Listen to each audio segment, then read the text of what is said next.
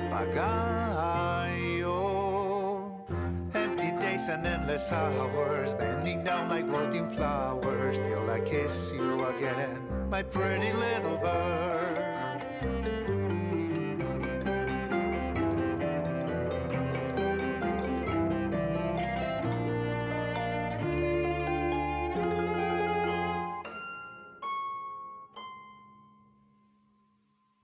Fly to me, love, to my arms, love.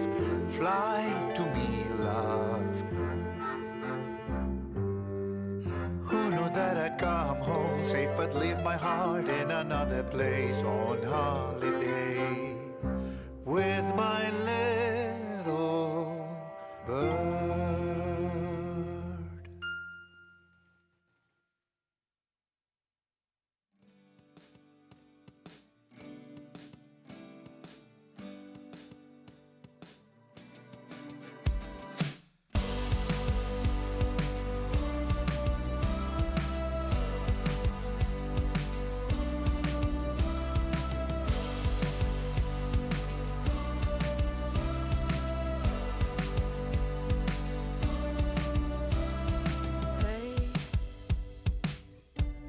Come fly away with me. Think how we could be free. Stay up all night. We can last forever. We'll dance together. Stay up all night.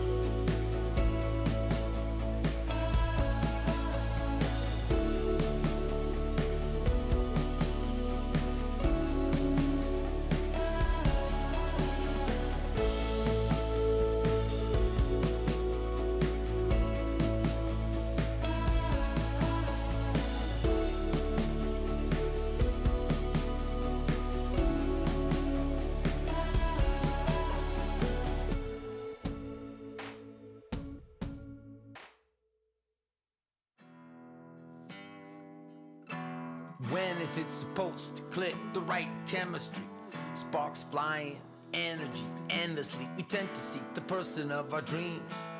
You might find you've lost your mind. Love may not be what it seems. Listen.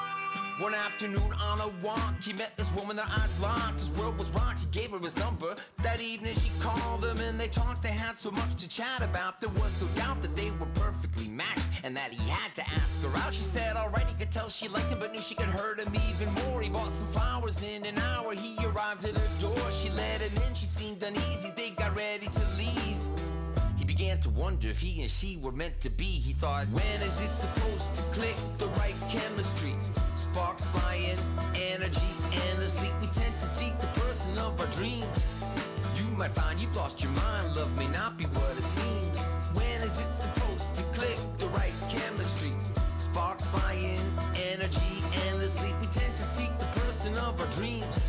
You might decide that love is blind, but it may not be what it seems.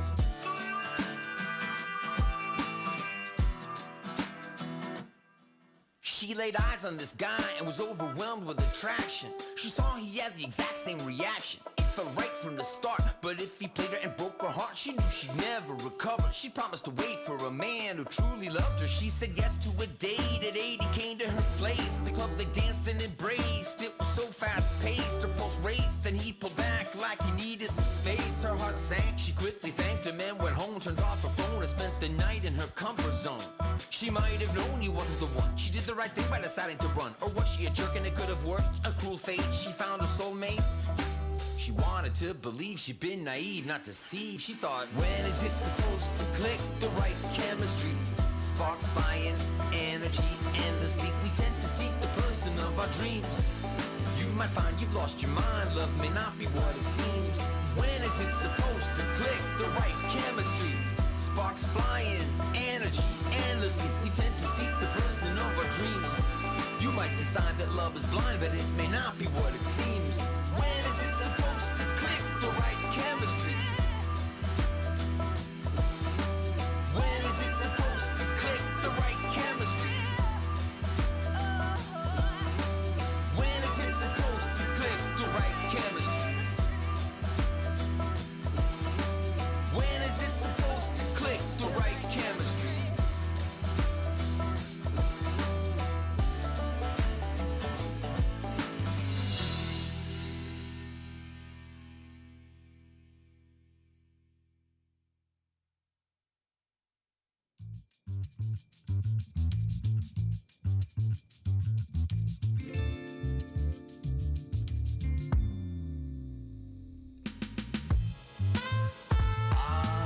Good old days. Do you remember? There's no bringing them back.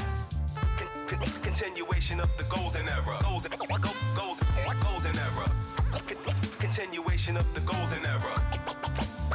May it live forever. Late 80s, early 90s, it came into its prime. Microphone prodigies with complex rhymes, sublime denser beats, and deep sampling feats. Pure genius rose steep from the New York streets. Meet at Mars, the building for Milky Way. Payday, the tunnel, the red zone, new music cafe.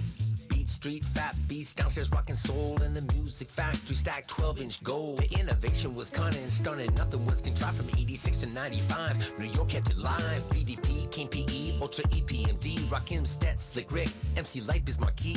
The Jungle Brothers, De La, A Tribe Called Quest, Brand Nubian, Gangsta, G, Rapello, and SP, Rockin' CL, Black Moon, Beatnuts, TITC, Daru, Nas, AZ, Redman, Big L, and Biggie. Good old days. Do you remember? There's no bringing them back. Continuation of the golden era. Golden era. Continuation of the golden era. May it live forever. You see, the elements converged into spoken word and hit a divine note that human ears had never heard. It emerged to what the mainstream considered absurd. They laughed at it, now it's generational, they're all addicts. 40 years later, now we reminisce, cause through all the shape shifts, it hurts us deeply that it hasn't been the same since. Large pro walking through that front door to cherish or neglect the black sheep, the choice is yours. Case Solo spelled it out for you. The Fugees kept the score, nice and smooth, made it funky for the junkies abroad. The Outcast elevated it. While Dre let me ride, he kicked me out. I had to start running with the far side. Lost my breath. All I need from Mary and Meth is ice water. Please give my full regards to the chef. Watch son get wrecked, cause all they rickety really want is effects. Gucci link shine, stretching Bobito, 89 Tech 9, y'all.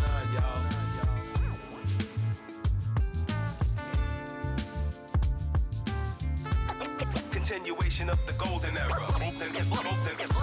Golden era. Continuation of the golden era. That ever lasts forever.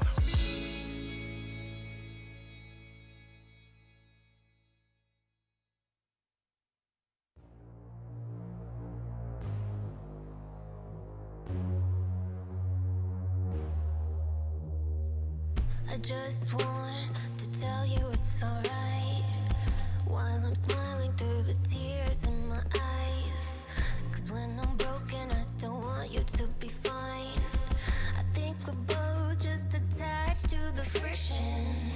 If you need me, I'll be pacing through my mind, and I can be the one to get you through the night. I lose the battle every time you pick a fight. Too afraid to combat this addiction. You're so bad for me, I can't stand to be without you for another moment. This is agony. It's like gravity, you're pushing down on me when I'm around you, but without you don't know where I'd be. Out of sight, lost in time. One more night, you and I.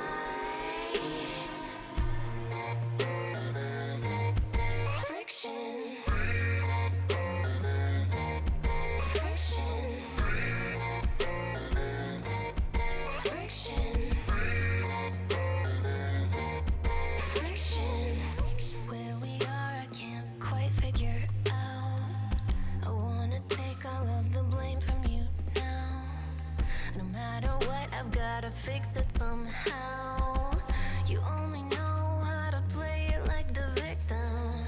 You're so bad for me, I can't stand to be without you for another moment. This is agony. It's like gravity, you're pushing down on me when I'm around you, but without you don't know where I'd be. Out of sight, lost in time. One more night, you and I.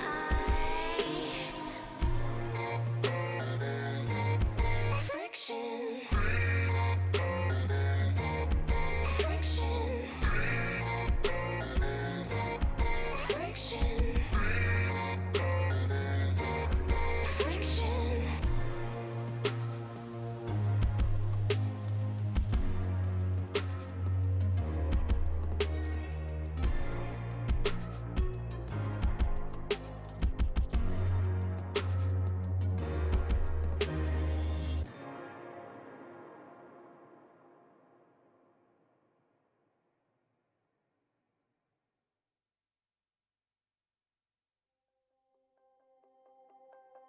We're free, I don't look back.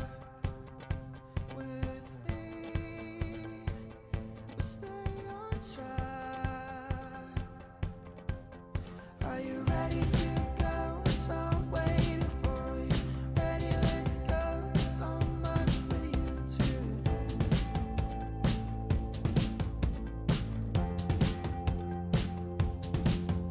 Are you ready to go?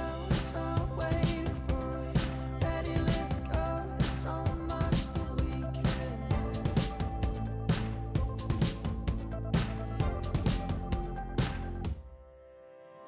Take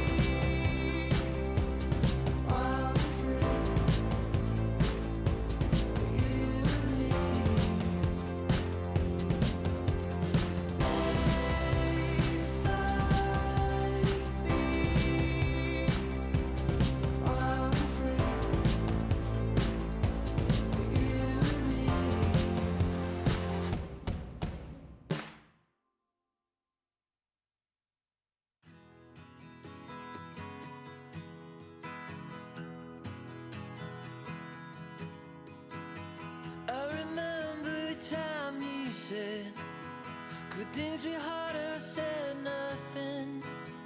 Heard from a friend that I hadn't spoken to in a couple of years or so.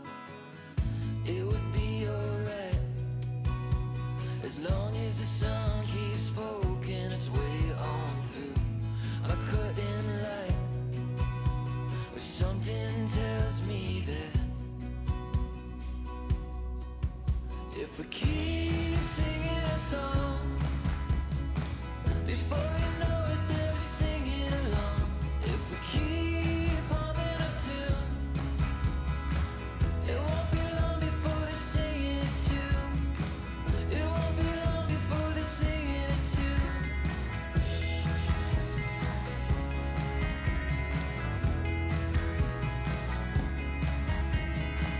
Look out my window and all I see are flowers blooming on empty streets.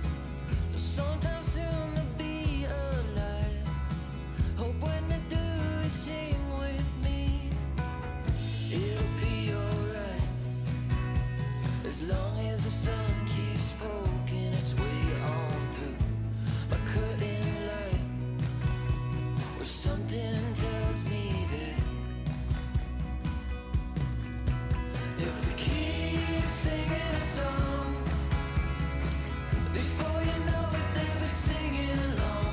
If we keep humming a tune, it won't be long before they're singing it too. It won't be long before they're singing it too.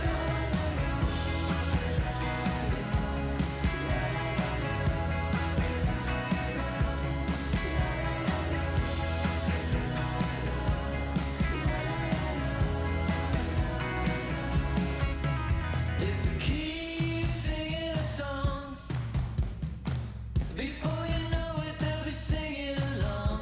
If we keep humming a tune, it won't be long before they're singing it too.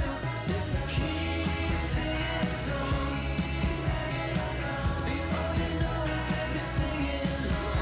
If we keep humming a tune, it won't be long before they're singing it too. It won't be long before they're singing it too. It won't be long before they're singing along. It won't be long before they're singing a song.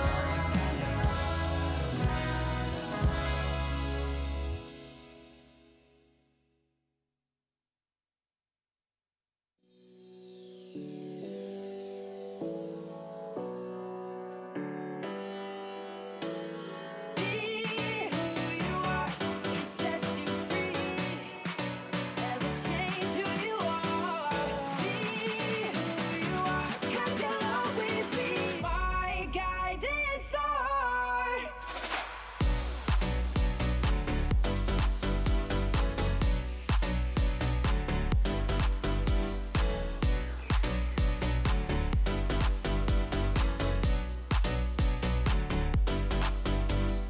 Be who you are, it sets you free.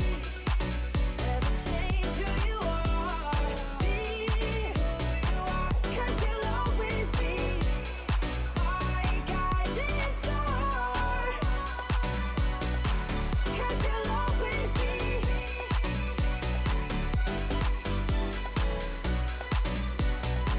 'Cause you'll always be. 'Cause you're right and I know, but I don't wanna think about it. We are who we are. There's nothing we can do about it. Save yourself from fear. Be true to who you are.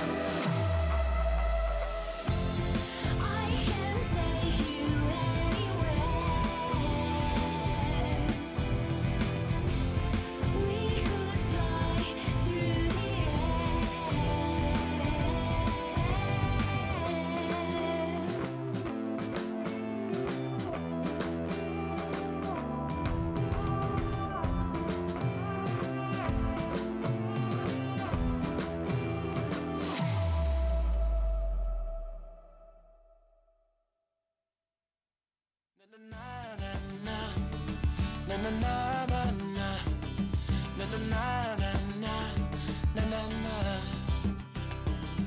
na na na na na na na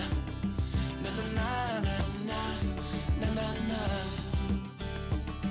We got time on our hands, gonna have fun, we got no plans. We could party on the beach like we just don't care. We can follow the sun till the night has begun. We'll share it all, that's what friends are for. Na na na na na na na na na na na na na na na na na na.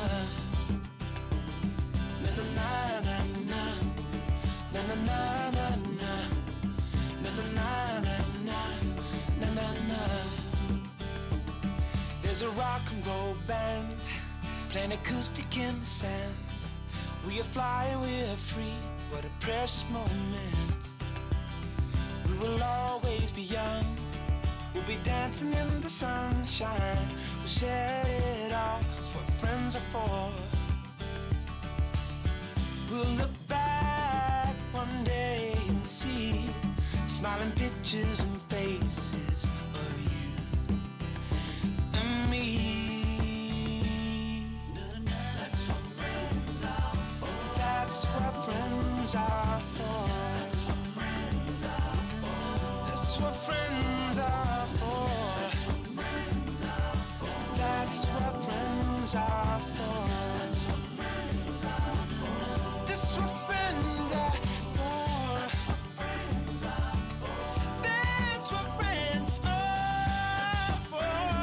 Yeah, yeah. That's what friends are for.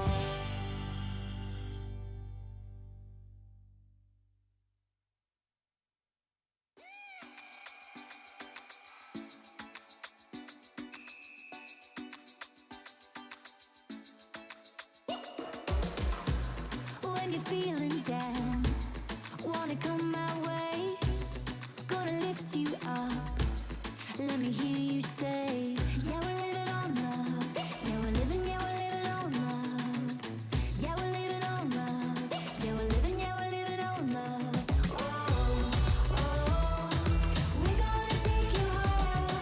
Oh, oh, we're gonna lift you up. Oh, oh, we're gonna take you higher. Oh, oh, we're gonna lift you up. When you hit the ground, don't you lose your way. Gotta get back up. Let me hear you say, yeah, we're living on love. Yeah, we're living on love. Oh, oh, yeah, we're living on love. Yeah, we're living on love.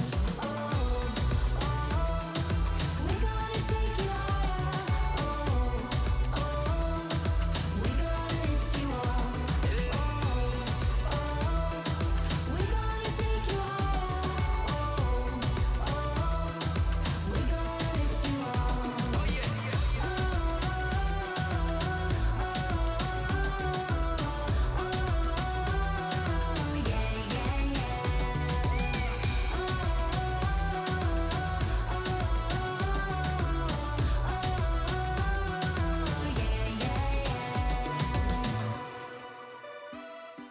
We're gonna take you higher. We're gonna lift you up. Oh, oh, we're gonna take you higher. Oh, oh, we're gonna lift you up. Oh, oh, we're gonna take you higher. Take you higher. We're gonna lift you up. We're gonna take you higher. Take you higher. We're gonna lift you up.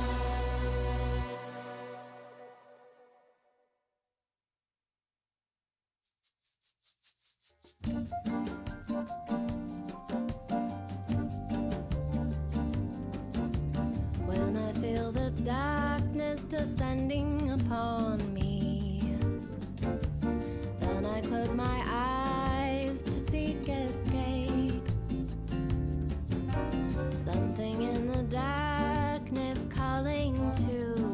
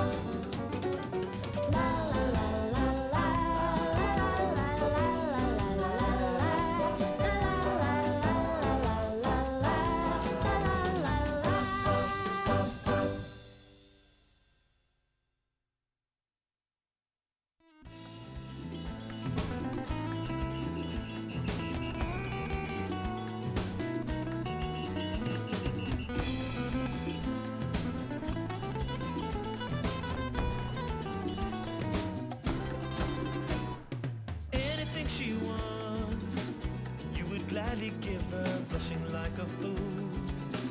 Cause she caught you staring, watching every move. Is she taunting you?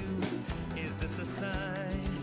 You need to stay cool. You made a fact that you can't deny. No, you're not in control. Once you connected, you feel the fire. And she's pulling you close. You close. The dance of love. Aye, aye, aye. The dance of love. Aye, aye, aye. The dance of love. Aye, aye, aye, aye, aye, aye. The dance of love. Body language. Fumbling for words. You feel so naked. You wanna tell her, but you don't wanna blow it. She can't hear the words that you're saying. The music's so loud, so let your body say it. The fact that you can't deny it. Yeah, it's taking control. Oh, it's so intense that she feels the fire. And she's stealing your soul. Your soul. The dance of love. Aye, aye, aye. The dance of love. Aye, aye, aye. The dance of love. Aye, aye, aye, aye, aye, aye. The dance of love. Body language. The dance of love. Aye, aye, aye. The dance of love. Aye, aye, aye. The dance of love. Aye, aye, aye, aye, aye, aye. The dance of love. Body language.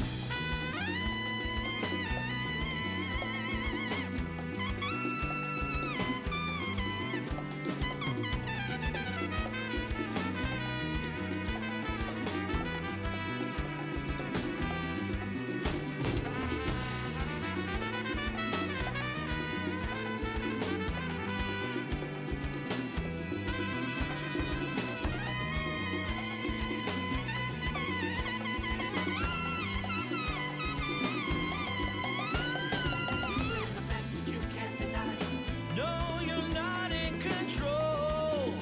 Oh,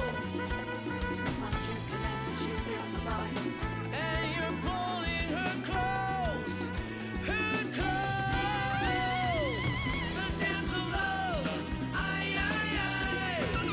The dance of love, aye, aye, aye. The dance of love, aye, aye, aye, aye, aye, aye. The dance of love, body language. The dance of love, aye, aye, aye. The dance of love, aye, aye, aye. The dance of love, aye, aye, aye, aye, aye, aye. The dance of love, body language. The dance of love, aye, aye, aye. The dance of love, aye, aye, aye. The dance of love, aye, aye, aye, aye, aye, aye. The dance of love, body language. Ay, bailar.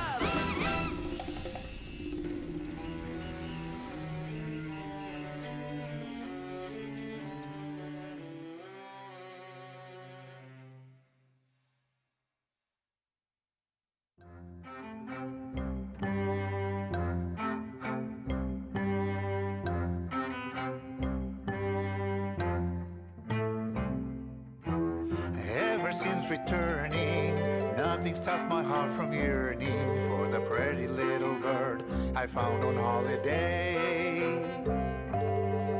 Every moment now I'm dreaming, every thought of mine is leaning back to see her, my pretty little bird.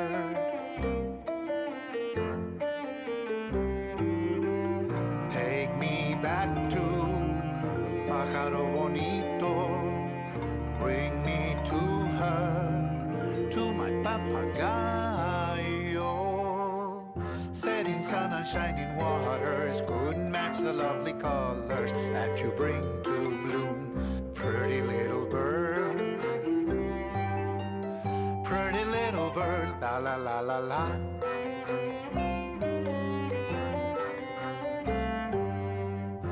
home among familiar faces, but my thoughts are other places, far across the sea with my little bird. Take me back to mi pájaro bonito, bring me to her, to my papagayo. Empty days and endless hours, bending down like wilting flowers, till I kiss you again, my pretty little bird.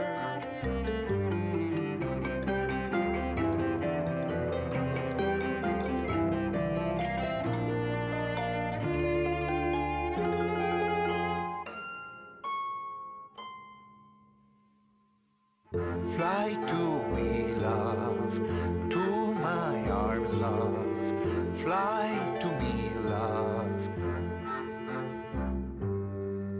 Who knew that I'd come home safe but leave my heart in another place on holiday with my little bird?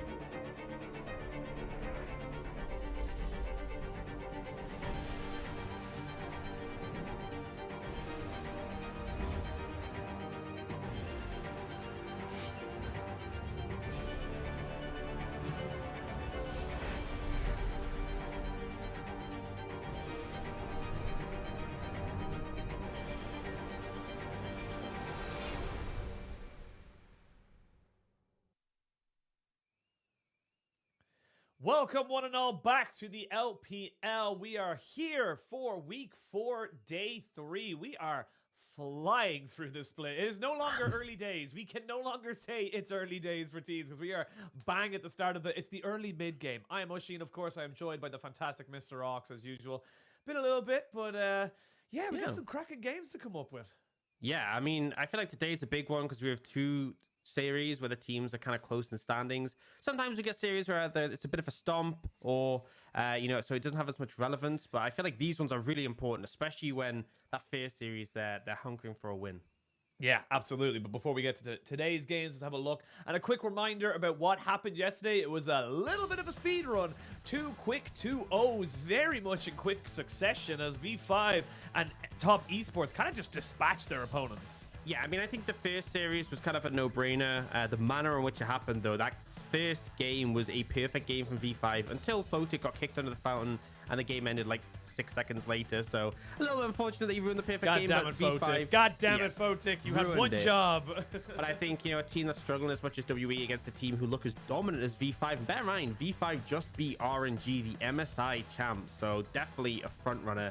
And in the second series, LNG were 3-0 not too long ago. But ultimately, I think despite the fact they had the scoreline, they were definitely struggling. I wasn't too sold at them.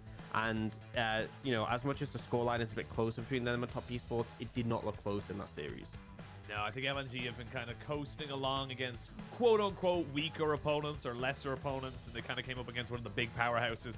Kind of been exposed, and we can have a look now at the standings. And JDG 6-0 already in the split. They are almost halfway there, and they haven't even dropped the series. Yeah, them and V5 really performing well. Top Esports obviously have that loss just to JDG, but we can see those front runners really establishing themselves. 3 of the top 4 coming out from playoffs last split. RNG, obviously, they've played less games because they were at MSI. They had a bit of a lighter schedule at first. So as much as they still have potential to catch up with that top 3, just haven't played enough games at the moment. But yeah, starting to get things really ironed out. I think at this point, you're looking at teams like JDG, very good chance to go in playoffs. It's not locked in yet, but you have to think it's a reality. And teams like FPX, WE, a lot of work needs to be done, to say the least. Yeah, generally speaking, 9 is the number we look for in the W column to be saying they're kind of guaranteed to be getting themselves into playoffs. 8 is sometimes good enough. 9's super damn safe. But let's move away from the standings and let's see how those standings will be affected by today's games as we come into our 2 series of the day. RA versus FBX. Both teams struggling to say the least. Showing some signs of, life in them as such, but still waiting for it to stick. And then, of course, later we have Weibo Gaming going up against Ultra Prime. Yeah, and as I said, both these teams on the first series definitely need a win. But the second one, middle of the pack teams, I feel like it's going to be a close one. A lot of people maybe going into the split would have expected Weibo to rank a decent bit higher. But Ultra Prime have been on the up and up, especially with the addition of Zoom in the top lane. Yeah, absolutely. I'm so excited to see. Honestly, it's a strange one because we were talking about this a little bit today, or just before we went live. Is that FPX are not a bad team, but as you said it, they're just worse than everyone they seem to come up against. Regardless, they like follow the level as such in terms of where they're playing, and it's such an interesting one because again, this roster on paper doesn't seem that terrible. Yeah, it honestly feels like the opposite of JDG because JDG have had some close series. Like JDG, it was 2-1 against OMG, 2-1 against LNG. It's like they are just above the level of the team they place, but still able to dispatch top teams. And FPX have somehow done the opposite. Like FPX managing to take a game from Top Esports, managing to take a game from RNG, but still yet to win a series, which is kind of mind blowing. And at this point, they're running out of time. So last split, FPX made it just to the playoffs with an 8-8 scoreline. They are currently 0-5. If they lose today, they're 0-6. They then play against the undefeated JDG, likely to go 0-7. And at that point, you have so little wiggle room. It's so hard to be able to get a playoff spot from there. So it's now or never. I feel like you have to pick up a win against RA. You have to start ramping up and getting some wins on the board because, you know, even if they start winning games here, they are still so far away from being in contention for playoffs. It's such a long road to get there. Yeah, absolutely. Again, 8-8 was the scoreline they got. It just got them into playoffs at a 10th place. They are just, a little bit behind RA, who also finished 8-8, funny enough, had a slightly better game difference. But like we mentioned, yes, they're 0-5, but there have been some really good moments from FBX throughout this, kind of split so far. They have shown that they can go toe-to-toe with some of the bigger teams. They just haven't quite found out how to finish it off. Yeah, they've really struggled with consistency, but they usually have a game where they can perform solid. Previously, that was Top Esports. Now it's RNG. They took games of both of these teams, both these really formidable teams. Actually, both them in the finals from last split. And definitely when teams make mistakes or give them opportunities, they're able to punish. But I feel like the thing they struggle with, particularly with how Clid has been playing the map, is forcing those opportunities to happen, making a scenario that favors them rather than just capitalizing on the enemy team making mistakes. And ultimately, when it is a best of three, losing a game doesn't mean that much. The series score is all what we're looking for, and FPX still leaving something to be desired there. Yeah, and again, like it's team fights, but it's also individual performances, but it does come off the back of mistakes. You can even see here, Rich just takes a really, really weird trade up against the Gwen. You're a Kayle. You're not really a champion until at minimum level 6, and then you can start to maybe figure out some stuff. So it's just very, it's good capitalization, but it's not exactly what you want to be relying on for consistency going through the league. Yeah, and especially at this point, you just need to start picking up wins in those series. So definitely, I feel like FPX, considering the roster they have, considering the history of the organization, I don't think anyone really expected them to be this far down the standing. It's like, sure, you could be at a negative scoreline, but 0-5, it is pretty dire. And then we can kind of talk on the other side about RA, who I feel like not exactly had the best performance, but have been close. They could very easily have had a different scoreline at this point of the split with how close some of their series have been. Yeah, absolutely. They're keeping it close, like you said, and it's been one of those things for RA where, yes, they're 1-3, but again, similar enough to FBX, they have shown an awful lot of good throughout this roster, and it's also a relatively, young roster as well when you think about some of the players they've brought in. But this team in general, the only difference I'd say, honestly, between them and FBX is they took a series, They actually were able to finish it off, get that one win in the W column. It makes all the difference. And again, using some of the teams are going up against, Ultra Prime, Weibo, which funny enough we'll be seeing later on today. These are two teams that we are expecting to see in playoffs. So it's not as if they're just getting tranched by, top 10 teams and then, making it close against lower level teams. They are trying to keep up with the big boys. Yeah, and the fact is these series were real fights. They went 1-2. If it'd been a little bit different, if our RA were able to perform a bit better, we definitely could have seen them potentially be 3-1 in this position. But at the end of the day, it just wasn't enough. And I want to give a big shout out to Strive, who is someone who joined the roster and has been such a strong addition. I think the solo laners for me and RA have really been a treat to watch so far this split, where normally it's been so much about Leyen.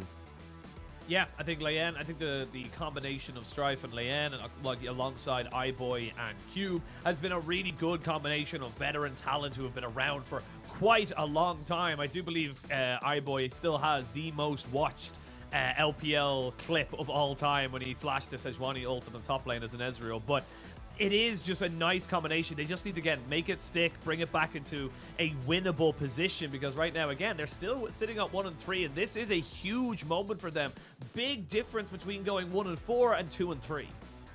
And I feel like a lot of people look at this roster with not necessarily the highest expectations, but they had a decent spring, and you ideally for them want to see them build on that and grow from there and be able to improve. I think Cube as well, people have been really hyped on seeing him play, simply because he's been bringing out these cool picks. The Mordekaiser was one we saw in the previous clip, and here the Nasus he ended up bringing out into the Shies, Kayle, using this pick as a way to just completely shut down a pick that's been really prominent in the meta at the moment.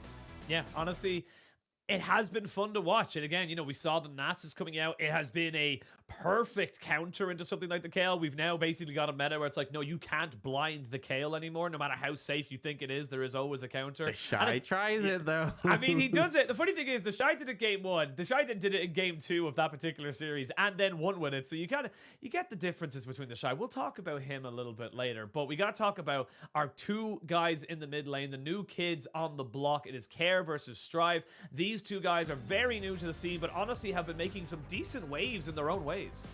Yeah, I think for Care, he was replacing Gory in the roster, and Gory, I'm going to be real, had a very, very underwhelming spring split until he was benched. So was a good addition to the team. You saw a lot more life coming into this roster because it was an issue. Gory just being a bit of a non-factor in the laning phase meant that the enemy team could take over.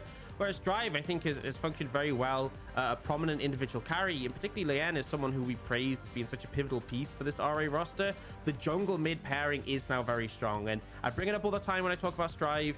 They had that series against RNG quite late in the split in spring where they ended up winning 2-0 against RNG, and Strive absolutely dumpstered Xiao Hu. It was Victor into Corki, and he just didn't give him any space to breathe. So I think both of these players quite new to the scene, coming up from the LDL, and a lot of promise in how their careers will progress from here. Absolutely. And look, we're not expecting instant success from these guys. We're not expecting them to come on and absolutely smash the likes of Knight and Xiaohu and stuff. But we are seeing them, like you mentioned as well, for Strive's particular, doing very well into these particular matchups, doing very well into these particular teams that have been around and established for so damn long. And I really am excited to see how much they can grow, how much they can develop throughout their splits, throughout, do they stay on their current rosters? Do they move on to bigger and better pastures? Who knows? The sky is the limit for these 2 particular players. And honestly, I think just as the years go on, we're getting more and more mid lane talent that's just, even just talent in general in the LDL scene that's just kind of, constantly surprising us throughout all of the LPL and even the world. I think it's hard to place because, you can see them playing the LDL, but it's a different environment. It's hard to place when they come into the LPL well perform. But like Wayward is a great example of someone who came up in the top lane who has obviously performed excellently. Dream is a very recent example where people are like, look, there's no way this guy competes with Rookie, but let's not be too harsh. But honestly, even if you measure him up against Rookie so far, he's kind of met the bar, right? Of course, Rookie has got a storied, excellent career, but Dream to step into those shoes and keep V5 on this hot streak, even beating RNG, just phenomenal. And it does make you think when you have like the super tier mid laners in the LPL, like Xiaohu, like Rookie, like Knight, Scout as well. The next generation is looking really promising. I mean, that's always the exciting thing. It shows the years to come, regardless of who ends up leaving us or, joining us, is very, very bright. And we can't really stress enough how important this particular series is, not even just for those players, but for these teams as well. Again, we mentioned it, 1-3, 0-5 for RA and FBX respectfully, and that's just not really going to be good enough. We're past the point of saying it's too early. We're past the point of saying it's early days, because at the end of the day, in probably a week's time, we're halfway through the split. You will be, something so in eight games played, 8 series completed. We're going to be nearly, on the back half of it at that point. Yeah, and something I do want to say is that strength of schedule is an absolute thing to take into account. FPX has played some hard teams. After they beat JDG, they will have played all of the top 4 from last split. They've already played RNG, they've already played V5, I believe, and they've already played top esports. So, it goes without saying that like it's definitely a tough run in terms of teams they played against. But at the end of the day, I feel like there's so many teams like lower in the standings who you can't discredit. Like I feel like, Ultra Prime is someone we talked about. I feel like LGD have looked more positive with Asum. We've definitely seen the likes of AL step up massively. I feel like even, just because you played against the top teams of the league doesn't mean there aren't countless teams who can be a challenge to you. Well, that's the big thing. Again, you mentioned the teams they've played against. They lost against EDG, RNG, V5, top esports. It's like, okay, world champion and 3 of our top 4 from last split. But then they also lost 2-0 to IG. So again, you can't assume that those games are going to be, easy pickings. And this is another one of those games where it's like, okay, FBX, you have good positives coming into you. This is a much closer series in most people's minds on paper. You got to perform. And for RA, it's the exact same thing. There are no excuses. You can't just be saying, whatever, it was a strength of schedule thing. You got to play everyone eventually. Yep. It's going to get there in the end. And we do go into the pick ban phase. So FBX targeting the Corki away, something we have seen rise in priority with a bit more lean towards scaling. Kalista going to be taken away as well. And on the other side, RA banning Fiora and Wukong. So for anyone who hasn't seen some of the recent games, Lucian has dropped quite a bit in ban priority. People have worked out ways to deal with it. Zeri is something, though, that is very prominent. So I expect RA to finalize the draft phase with a Zeri ban. It would be quite risky if they were to leave that open. We'll see what they want to go for. Lissandra actually going to be the ban here. So they're basically saying Zeri? the first pick, LeBlanc, could maybe be a thing, or a Zeri, like you mentioned. So locked and loaded. FBX saying LWX is very comfortable on something like this. The mobility, the scaling you get with it as well, and just the kiting ability to chase down opponents. So powerful. Yeah, so far, Zeri has 71% win rate with a 95% presence. Obviously banned a lot of that, but clearly RA had a strategy prepared. So they're going for the Twitch, Yuumi, Tom and Jerry lane, where essentially you look to outscale the Zeri. You can kind of find her, get the jump on her with the Yuumi on top of you. And FBX is going to respond with scaling in kind. Lulu, obviously a support who does very well in late stage of the game. And then they go for the Gwen. So RA considering a Kayle to match into it. Scaling galore, honestly, at this point. Yeah, I was going to say, scaling is the name of the game right now for the side of RA. And then for FBX, the Kayle into the Gwen. We saw in our clips at the start of the show that, you know, Xiaolahu very comfortable in how that matchup goes and very, you know, assured of exactly when and where his power spikes can be. Yeah, and I think when you talk about scale, you know, if a team has a super aggressive early game, scaling can be punished. But like FPX, they scale well, but they don't scale as well as RA so far. So, you know, we could end up with passive lanes, and then as a result, RA will just curve ahead as the game goes on. So I think with the fact that mid and jungle haven't been picked, I want to see a bit more proactivity from both sides to try and get some control of the game, and then you can play towards the sides. Already, RA has started banning away junglers. Viego has been taken off the cards. There's still things like the Lee Sin available for the end. Xin Zhao is still an option. Trundle as well has been something we've seen a lot of picks recently on. Whereas FBX are looking to target more mid laners away from Strive. Take away those mid laners, take away those big carries that can, you know, as you say, Strive, big component of where Adam has found their success. And for FBX, a lot to be kind of gained from this. It's going to be very difficult. Not a lot of engage on either side. I'm noticing right now, of course, we've moved into that Enchanter meta, so we are looking towards the junglers to be that engaged. When you're looking at the likes of the Viego, the Wukong, the Trundle all banned away, we start to, you know, lean down and they're going to say, what is actually left to be your primary engage for your composition? It's the Twitch. That's the engage. He goes invisible, pops out, just one-shots enemy team. That's the goal, right? Not exactly the most reliable, but you can definitely find opportunities with that. Now, we do see the Lee Sin banned away by FPX and the Trundle by Rare Adam. Does make me think maybe Xin Zhao is something that's left up. Strong early skirmisher, and Leanne's going to lock that in. So now on FPX to try and answer. Ideally, you want a jungler who can kind of hold their own up against what Leanne offers, and a mid who can be proactive. So toying with the idea of the Galio right now. Swing with the idea of the Galio would work very well into kind of a protect the carries composition. You have the Lulu, of course, the Galio gives you an awful lot of peel and protection with that global ultimate. They do lock it in, and again, you're kind of able to then go ahead and say, right, Zeri, go in, LWX, move yourself in on top of these carries. Even if you do get caught out a little bit, we have protection with the Lulu. We have got follow-up with the Jarvan and the Galio now. Yeah, I like the Jarvan. You can very easily just Cataclysm, Twitch, or Kayle when they don't have flash. Zeri can even W through the terrain, so you can get that crit, which is really powerful. And then obviously Galio and Lulu can just press R on top. Now, to counteract, RA looking at some roaming mid options. All three, they hover there, very global, very active on the map. In the end, going to go with Sylas, who serves the same purpose. You can steal away that ultimate from the Galio, and pretty strong in those skirmishes. So I think ultimately RA has a bit of an edge in terms of their scaling, right? Kayla's going to outscale Gwen, Twitch Yuumi is going to outscale Zeri Lulu, but really it comes down to this mid jungle and who can find success. It doesn't matter about scaling if your Zeri ends up 3,000 gold ahead of Twitch, right? It doesn't give him the window, the room to get to that point of the game. Yeah, I completely agree, and I think it's going to be interesting to see someone that we mentioned very briefly, we haven't really touched on at all in terms of our talks. Leanne, the kind of the heart of this team, or a lot of people saw as the heart of this team, specifically in Spring Split. This guy was very much kind of, you know, live and die by how he performs. So this is a big moment for him to kind of say, look, I'm on the Xin Zhao, I've got those early skirmishing power, I need to be active. And of course, on the other side of that as well, we look at FBX and say, right, you're on a Jarvan. If you're not ganking early on the Jarvan, you're doing something wrong. That's just how simple it is, really, for this guy. So very, very curious to see how that mid jungle ends up kind of fanning out, and honestly, just where these opportunities can, you know, present themselves for both these teams. Yeah, essentially the way I see it is Galio's going to have Predator so he can get to the place he needs to be faster. And Jarvan is a really powerful ganker. So those two really want to be in a situation where they have the numbers advantage. They have the CC set up, they find a fight, great. On the other side, the Xin Zhao and the Sylas are really strong in those extended skirmishes. They both are good when they get extra rotations of the cooldowns.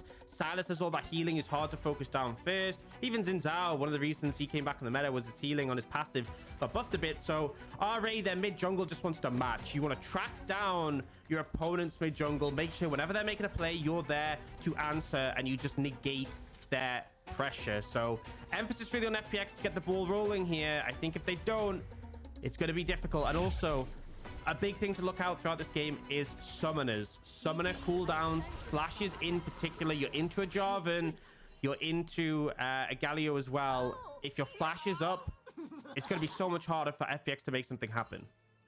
That was a very loud Twitch voice line right there. It just kind of like pierced into my ear. It was like, oh, hello. And I was like, oh, God.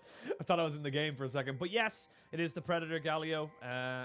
We will be seeing exactly how they end up kind of working this one out. But like, be keeping an eye on those summoners, keeping an eye exactly, as you said, once you hit those level 6s, how you can escape this engage from the side of FPX. And for RA, they do have engage, but it's very much kind of all in or no in. You have to be committed to the engage with the Xin Zhao and the Sylas when they actually get land on, you know, their kind of CC onto someone. Otherwise, it's not really going to do you a lot of good. So looking towards the early to mid game, we can see iBoy using a submarine with Yuyanja, trying to see if he can make something work, but they catch them out. And there's a ward to see that they're going to be a little bit late to lane. Yeah, so this is important because it gives LWX and Hung control of the wave to do with as they please. Some people would drag the wave in and then be able to make it push into you to kind of zone them off. Here instead, not really favoring their level 1. They opt just to get the push early, so they will hit level 2 first. And that play that I swear everyone who's played solo queue into Twitch knows, it's such a common play where the Twitch just goes mid level 1 to get a cheese kill. And clearly Care was ready and understood the potential possibility for coming in. Understood the assignments. And we can even see as well, FBX LWX going for a little bit of a slower start, saying, look, I don't think there's much kill pressure here pre-6. I'm going to get 100 CS pretty as easy as that. I don't really think there's going to be much else to really do there. As we do see Leyan, congratulations to him with his 200th game in the LPL. I'm assuming that's what that says, because it says with the little pound sign. But yeah, congratulations I don't think it's his 200th camp in the LPL. Which no. would be 200 camp will be weird and also a weird. And you know what? I wouldn't put it past the LPL to track that kind of stuff. They have some stats that are so incredibly weird. Like, I don't get it, but at the same time, I'm like, why do we have this? I'm glad we have this. Yeah, especially for Leon's tenure, the fact that he's a Nidalee player as well. I mean, I feel like there's some games where not quite 200, but a good chunk of camps contributed towards At least that. So, yeah. 100, like. Definitely in the older metas with the Nidalee jungles coming in, but yes, as I was trying to say before, that little tidbit came up. Very much a slow start from FPXL, or you know, in terms of what they're assuming is going to be happening bot side. Yeah, and LWX and Hung should be able to out pressure iBoy and Yuyanja in this lane. It's hard to find all-in opportunities, essentially, especially since like RA's bot line has 3 combat summoners with exhaust, ignite, and heal. You can negate the exhaust with the cleanse, but obviously does mean that that you can get CC'd out of that, although to be honest, not too many stuns on the side of RA. Now, Care will dodge away from the stun there. And you can see Care just able to find a lot of pressure so far in this lane. They're just going to help him shove in, and with that, they can just move over and get first access to the Scuttle. Yeah, they got first access to the Scuttle. It's going to be a double Scuttle. Gone are the days where that was basically a death sentence to the enemy jungler. You know, talk to Blabber, he'll let you know over in the LCS. But yeah, and again, just kind of good proactivity coming out here from Clid, kind of recognizing again that he needs to be moving around the map, either covering where Leanna's going or right now just shadowing Cube and saying, look, if you tip too far forward, I will jump on you. Yeah, but Leanna has spotted this out. He will be seeing the ward. But essentially, it just means that Clid really won't be wanting to look for a gank here. Especially with the size of the wave, the fact that Shallohu is low. And Shallohu should just be able to pick up these minions. But again, anytime there's inactivity, you have to feel it favors RA. Now, Care fishing for a window to roam here. Fishing for one. There is a lot of health here on iBoy, but no mana here on Yuyanja. They're just kind of taking a really horrible trade at the moment. The flash in, the taunt's going to land on both of them. This is just an absolute disaster. First blood goes over to Hong, the second to LWX. That is just really, really bad disrespect from the RA bot lane. That was super egregious. Yuanjia ends up outside, not attached to iBoy, so it's a really easy opportunity for Care to come in, land the CC. Yuanjia can't go back inside the Twitch, can't even follow after iBoy flashes, otherwise he may have been able to get away. And just disrespectful of the roam time. He was even seen! Oh, this is so egregious. This is so egregious. And they walk up! They're trading! And Yuanjia steps out. I don't know. Yeah. It's a bit unforgivable sometimes, and even the flash afterwards and everything, it just feels like it should be flashing way earlier than that. Remember when I was talking about those combat summoners? I already don't have any of those anymore. The four you were talking about? Yeah, well, they have all just been removed. But yeah, fantastic run from Care. I really feel like he shouldn't have got away with it. But yeah, RA. Let's move on. I don't feel like there's more I can add to that conversation. Well, now that we know there's no combat summoners bot lane, I was just about to say, we are probably going to see an awful lot more priority coming in here for the bot lane of FBX. So you've got to be super careful here, which means Leyen knows he has to shadow this bot lane of the Twitch and the Yuumi, because if Clid, who he is, ends up arriving very, very soon, Leyen needs to be in position to be able to counter it. So it's going to be a 3v3. They go invisible, back themselves away. They're trying to bait them in, but Leyen still hasn't been seen. Yeah, I mean, Clid doesn't overextend just in case. And obviously with iBoy going invisible, it's hard to pin him down. You don't want to waste your combos, Jarvan, and not hit anyone. But ultimately, Leyen, as much as he's waiting here, you don't want to get involved in this fight, because FBX can easily just flash out, and then you get locked into the play. And if Clid ends up turning up and turning it around, you'll be in a lot of pain. You see how Clid is now doing the dragon, and LWX and Hung are playing towards him. Leyen knows he can't really do anything. He's just going to reset. He has to as well. I mean, not only will, if Clid decides to come down, Care has 6. Care has got access to the hero's entrance, so it's going to be an awful lot harder for you to try and make that play work just because of the extra stats you are given. And now iBoy, he's slowed up, but he's still got a Yuumi on his back, so the Tom and Jerry combination is still going to be running rampant in his bot lane. Hung sadly takes a little bit of an unfortunate trade back. Yeah, it's hard to trade sometimes into the Twitch Yuumi if you don't have like a super aggressive all-in lane, just because even if you do damage to them, they will out-sustain you in the long run. Whereas obviously with the Lulu, you don't have any sustain. It's really about preventing damage with the shield, with the polymorph. And as a result, iBoy and Yuanjia doing okay there, but still, down in gold. You already have LWX with the Cole, so he's going to be ramping a little bit quicker. But the fact he got that kill and that assist means they're in a position to be relevant a little bit sooner. All right, we're going to have a little bit of a lull in the game. The first dragon was taken there by FBX, so next one will be a mountain, should they be able to take it in 4 minutes' time. But where do we see this game transitioning? Level 6s are starting to come across the board. People are starting to get those big power spikes. Where do you want to see both these teams prioritize to either get them further ahead in the game or get them back into it?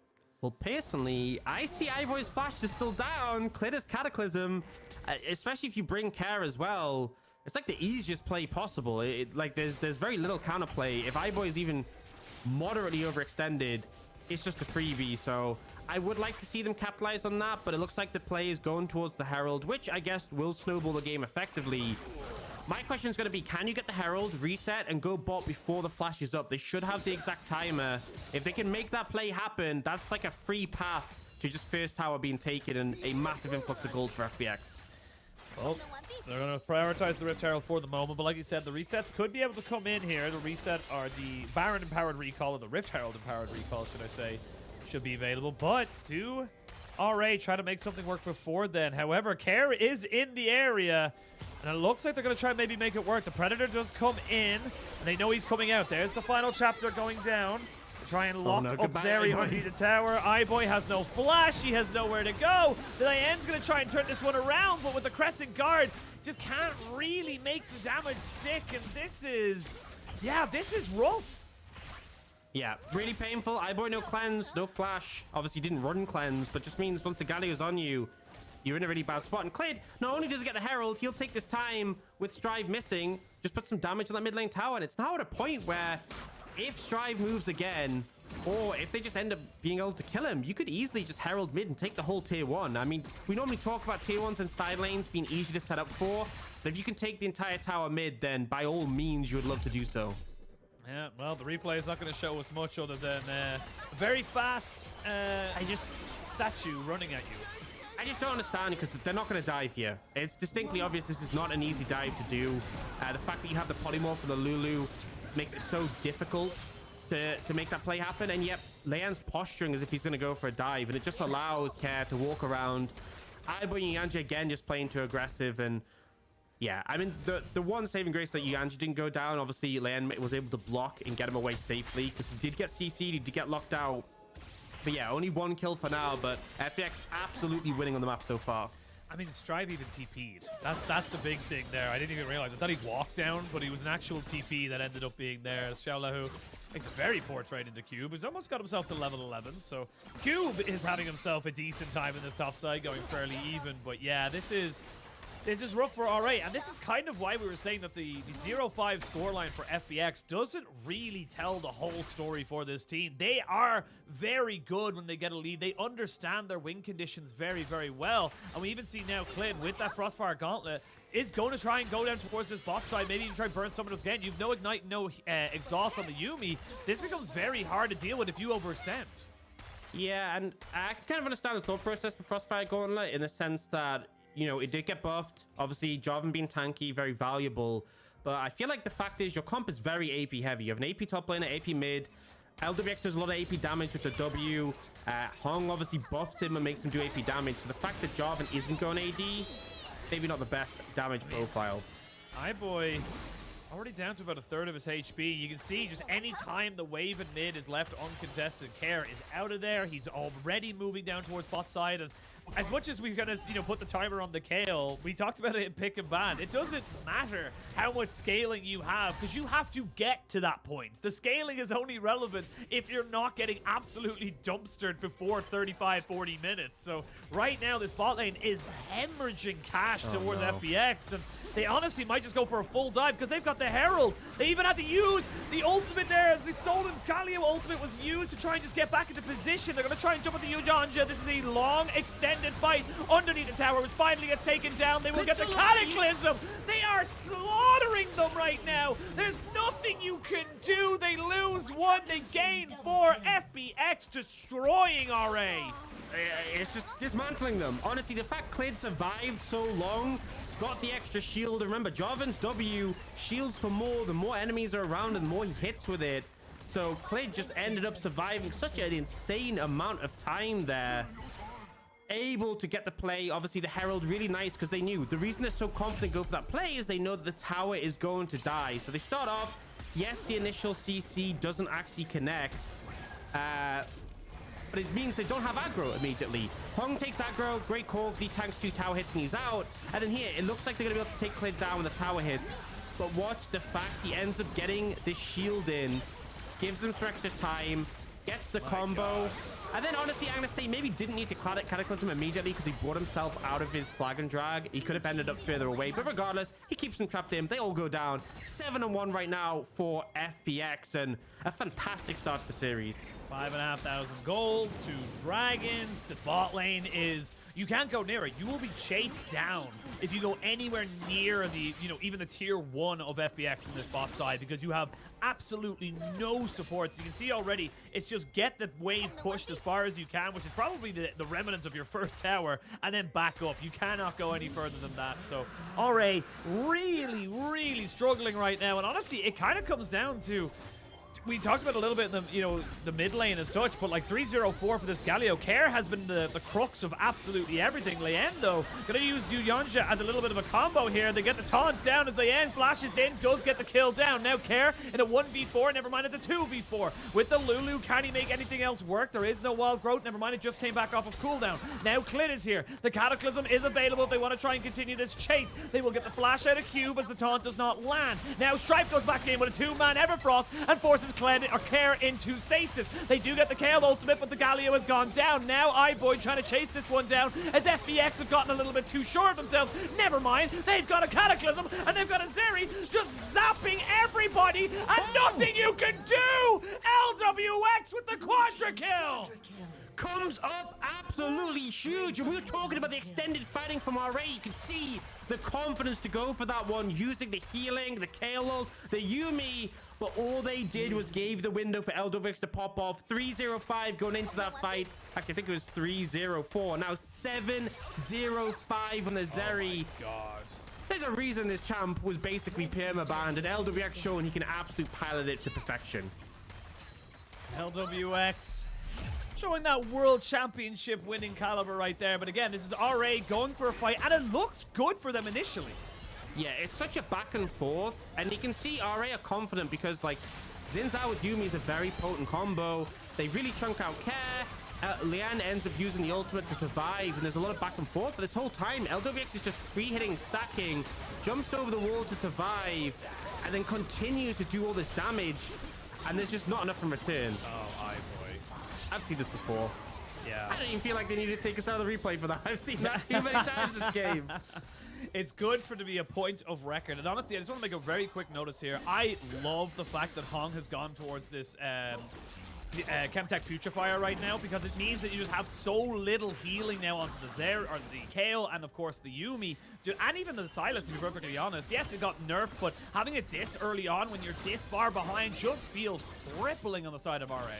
I mean, ultimately, everyone in RA is going to have healing in their kit, whether it's because of how their kit given it in the case of Sylas, Xin Zhao, and Yumi, or in the case, I mean, Cube as well has it in his kit, but iBoy and Cube will also likely build some healing in their items, so has a ton of value. Obviously, Grievous Ruins is reduced a bit, but still very potent in terms of when a whole team has it, and LWX obviously fantastic at applying it to multiple people.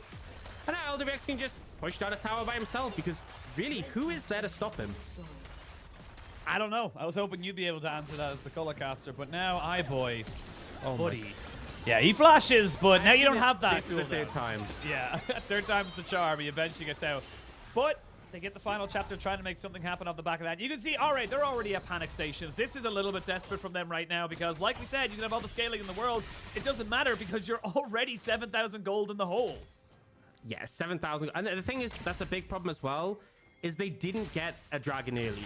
If they were able to get even a single dragon early, it'd add 5 minutes to the time. But now you got to think about this. Is 18.5 minutes. We'll see FBX pick up the third dragon. I don't think there's any way RA can contest. And then they are one away from the Infernal Soul.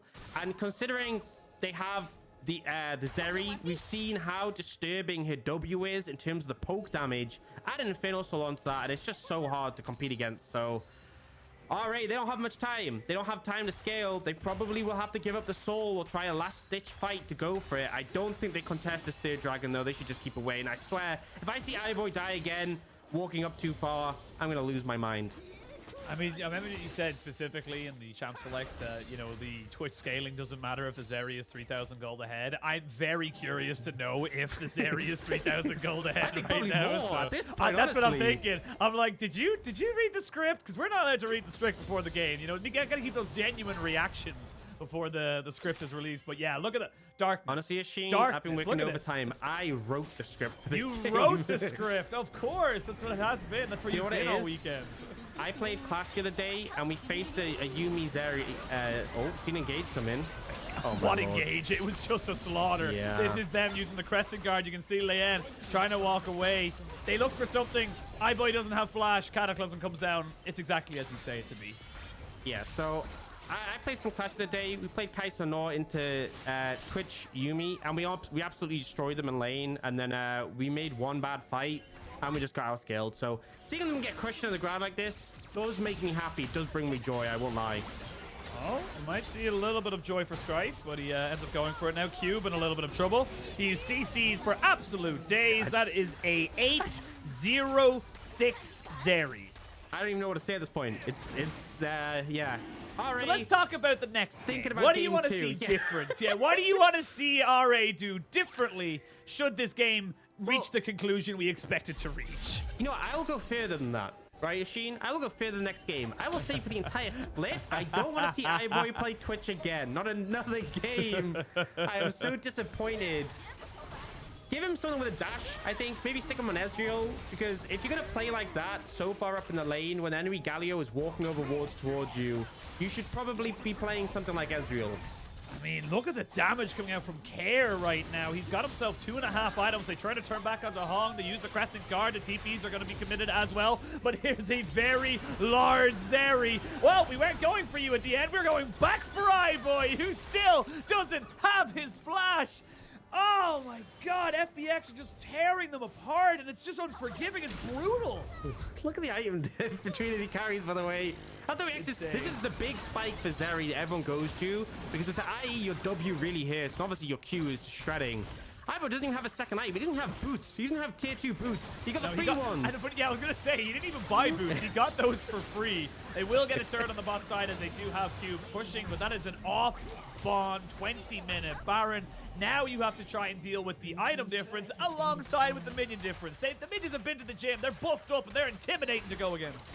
Oh, I feel bad for Cube. It's just like, you're chilling, playing top lane matchup. Like, hey, dude, we both skill. Let's just vibe. And then you look at the rest of the map, it's like, oh, no, I guess you win. Every top laner in solo queues experienced this one. Yeah, it's like, you've done your job, and then all of a sudden you look down and you're like, ah, god damn it. Nothing to be done. But yeah, this is FBX just owning the map, running the map, unless we see an absolutely massively egregious mistake. We're not really going to see them. I don't even think you can stop this tower from going down as RA. I don't think genuinely there's anything you can do about this. They're going to try. Though. They're going to go for it, see if they can make something work. They've already used the Crescent Guard. As we can see Stripe going in. He goes immediately into Stasis. The ultimate from LWX doesn't really hit anybody, but look at the damage! Look at the damage from this goddamn Zeri. It's ridiculous! It's just so stupid how much damage you get when you're this far ahead, and there's nothing you can do. That is another quadra kill coming in. Not quite a pentakill. But LWX, actually, never mind, it was a pentakill. I completely missed that one right there. As LWX deservedly comes out with 15 and 6. The veteran of this roster, LWX, doing what he can on this Zeri and making a statement against RA to never leave Zeri open again. At least in this series. Man. This team is 0-5 in series score, by the way. Yeah. And they just stomped RA into oblivion. I feel like we've had stompy games so far this split, but that one just felt like they were styling on them. It didn't even feel close. No, that felt like your Clash team, which is probably full of diamonds and stuff, against my Clash team, which are full of silvers and gold. So it didn't seem like on the same level. And honestly, I don't really have anything to say other than absolute domination. I think RA just got outdrafted. Not even outdrafted, honestly. I think they had ways of making it, but they just got outskilled and just made massive, massive mistakes.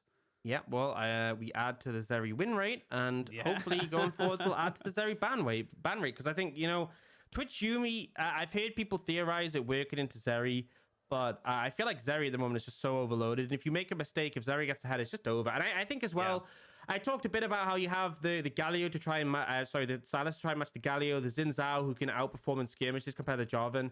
I feel like FBX just were able to find more windows, and Care in particular, this Galio set up so well for Zeri. So he definitely gets an honorable mention. I think it's a no-brainer who's going to end up getting MVP from this one. But yeah, LWX showing really what he can do on the Zeri. And we had that game from Viper where Viper was permanently hitting the W's on Zeri. This didn't feel like that. It didn't feel like you saw those big W's poking people out. This was just, I'm going to get up in your face and DPS you into oblivion. And yeah, it worked. Yeah. It was just a wallet diff right there. You know, there was nothing iBoy could do. And when you're on something like the Twitch, you are incredibly short ranged. Yes, it's very difficult to get away from a Twitch when he's, you know, a little bit ahead of you or even equal on items. He throws down the AoE and gets you slowed down a little bit. It becomes obnoxious. But when he's this far behind, what can you do? And honestly, iBoy, you want to forget about that game as quick as you possibly can. That was just not what we expect to see from him whatsoever. And for someone who's so veteran in the scene to be making these very, honestly, just very rookie and green mistakes, just overextending, not respecting Care on the roams as early as level 4, it just felt very off. The problem is you want to be popping your ult as Twitch, and you want to be able to outrange, outdamage, and have more attack speed than the enemy because of your ambush coming out of stealth. The fact of the matter is, you're so far behind that he would pop his ultimate, and LWX would just dash into range of him and just win. He would just out-trade him despite all these stat boosts that a Twitch has built into his kit. Zeri would just do Zeri things. Not only that, not only the stat boosts of the Twitch, the Yuumi on top of that as well. You have extra healing, you've shields, you've got yourself 2 extra combat summoners. Nothing was going to be able to do it, but still, regardless of how, you know, RA and iBoy performed, fantastic to see from FBX. And again, it echoes what we've been saying about them. It's like, yes, they are 0-5, but this is not a 0-5 team. This is a team that we do feel can start to make, you know, get results. They just need to bring performances like that a little bit more consistently. But this is only one game, right? Yeah, and that's my concern. If they're in LEC or LCS, they'd be nearly they'd be top 4 because they win just the need first to find game a all way the time. to get the second game. So hopefully FBX don't get overconfident in this one and close it out. But yeah, those are some numbers. We can obviously see, in fact, if you take a look at the gold graph, the highest gold advantage RA had at any point of the game was 0. So they started even in gold, and then it was all downhill from there, which is pretty painful in all honesty. They just never had a look in, and sure, I talked about how they'll outscale on the top lane, they'll outscale on the bot lane. You have to get there, and Strive had a very quiet game, very unimpactful compared to Care. I think the mid jungle was something we highlighted as needing to set the pace of the game. Clid and Care did a fantastic job in this one, which, you know, I feel like I have to credit them even more because Leon and Strive is a duo we have praised over the course of this year. Yeah, and again, I love that you mentioned that as well. We highlighted Care versus Strive. I think Care very much showing that he was more proactive, more willing to leave his lane, and the Sylas just didn't really do a lot. We even saw with the stolen ultimates, normally we're kind of keeping an eye out for which one he steals, how he's going to be able to utilize it. It meant nothing, you know, no wild growth. We saw him use the hero's entrance that he stole from the Galio once, and it was literally to get to Leyen to then try and be there for the dive, which he ended up dying in. So it doesn't really strike me as a great game from him, but we'll have to wait and see what changes. I would love to see a lot of different things, and I do expect to see RA on the blue side for the next one, but we'll have to wait and see. We are going to throw it to a quick break, and when we return, game 2, Picks and Bounds, will be right around the corner. As he tries to get out to safety, Devour actually going to work, and the Shy makes it happen! The Shy and SOFM, partners in crime. The LPL are kings again. Every player has heard the legend of the Shy, the prodigy who turned the top lane island into a top lane kingdom. A fearless warrior who ascended to the highest of highs and made his name known across the world. But for the last couple of years, that legend has felt more like a myth, and we've been left questioning when or if we'd see those highs once again. Wait, they're just gonna go for it. The Shy is looking to take a 2v1. He goes for the 1. He gets the response. The redemption arc is started. But this year, it seems the wait may finally be over. I am your salvation. Hostile takeover. That's on all 4 members. And now the righteous judgment to save On's life. iBoy can't get excited. And Weibo move forward as 5. Yellow card connects. Cleanse too early from iBoy. And he falls. You make a normal tier list, and then you make 4 when you're facing the Shy. Because then you have to suddenly put a lot of new picks up towards the top where, we can't give him Jace, we can't give him this. Which one do you give him? I always have to check my eyes when I'm watching his matchups, because he always locks in like Vladimir into these really bad matchups, like in the Jason Rise, and comes out with like favorable trades, solo killing at times. Weibo bring it back against RA. The Shy blind picks Kale, and he's able to pull it through this time as well. When the Shy is on form, the whole world braces because they know the king is coming for his crown.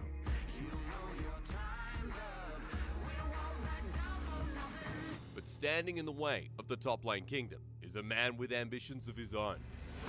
He's trying to get LWX, fails a little bit here as Knight now TP's in. The Airfrost uses matchup as Wayward with his flanking angle. The MVP we talked about from last series in the perfect place at the perfect time. It's Wayward and Knight stealing the show. Well, he might be a little bit low to that old mid laner, but top esports are still the ones to get blood.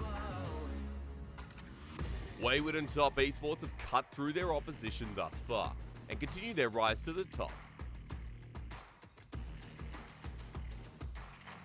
And if he can climb the mountain that is the Shy. His position as a top-tier top laner will be cemented across this world. The Baron start instead while he's still unavailable on the map. We'll see what Top Esports can do. Wayward currently running over. Yeah, it's level 13 Gwen. Remember, this guy's been big in the team fight so far. It's FTX and Gane. They shouldn't be in. Now making their markers. Speaking of the devil, the ult lines the Baron pit. Hung has to get away, but Jack It Up takes him down in a close corridor. Wayward is having the time of his life. And Top Esports bringing blood to the parade once more. LWX the last snip, and Orcs. Man, close corridors really hurt FPX. That was Wayward all the way.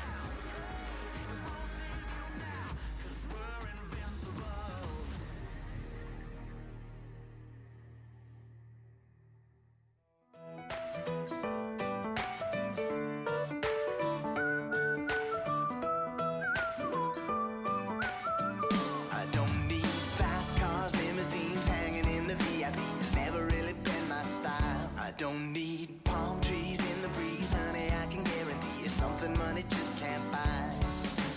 All it takes is just one touch, just one taste of you.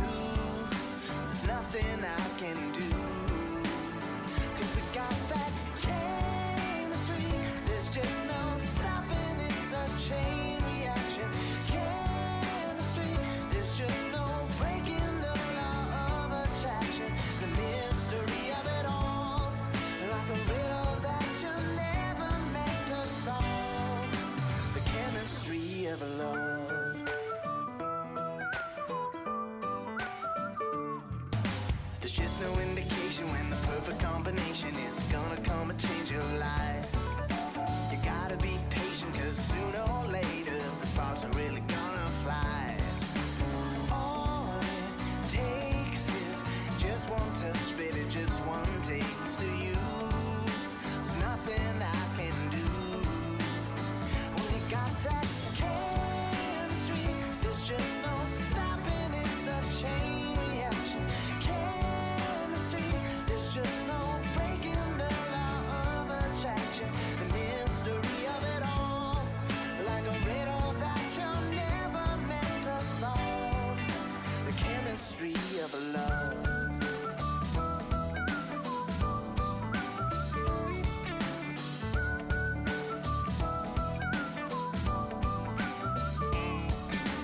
All it takes is just one touch, baby, just one taste of you. There's nothing I can do. Chemistry.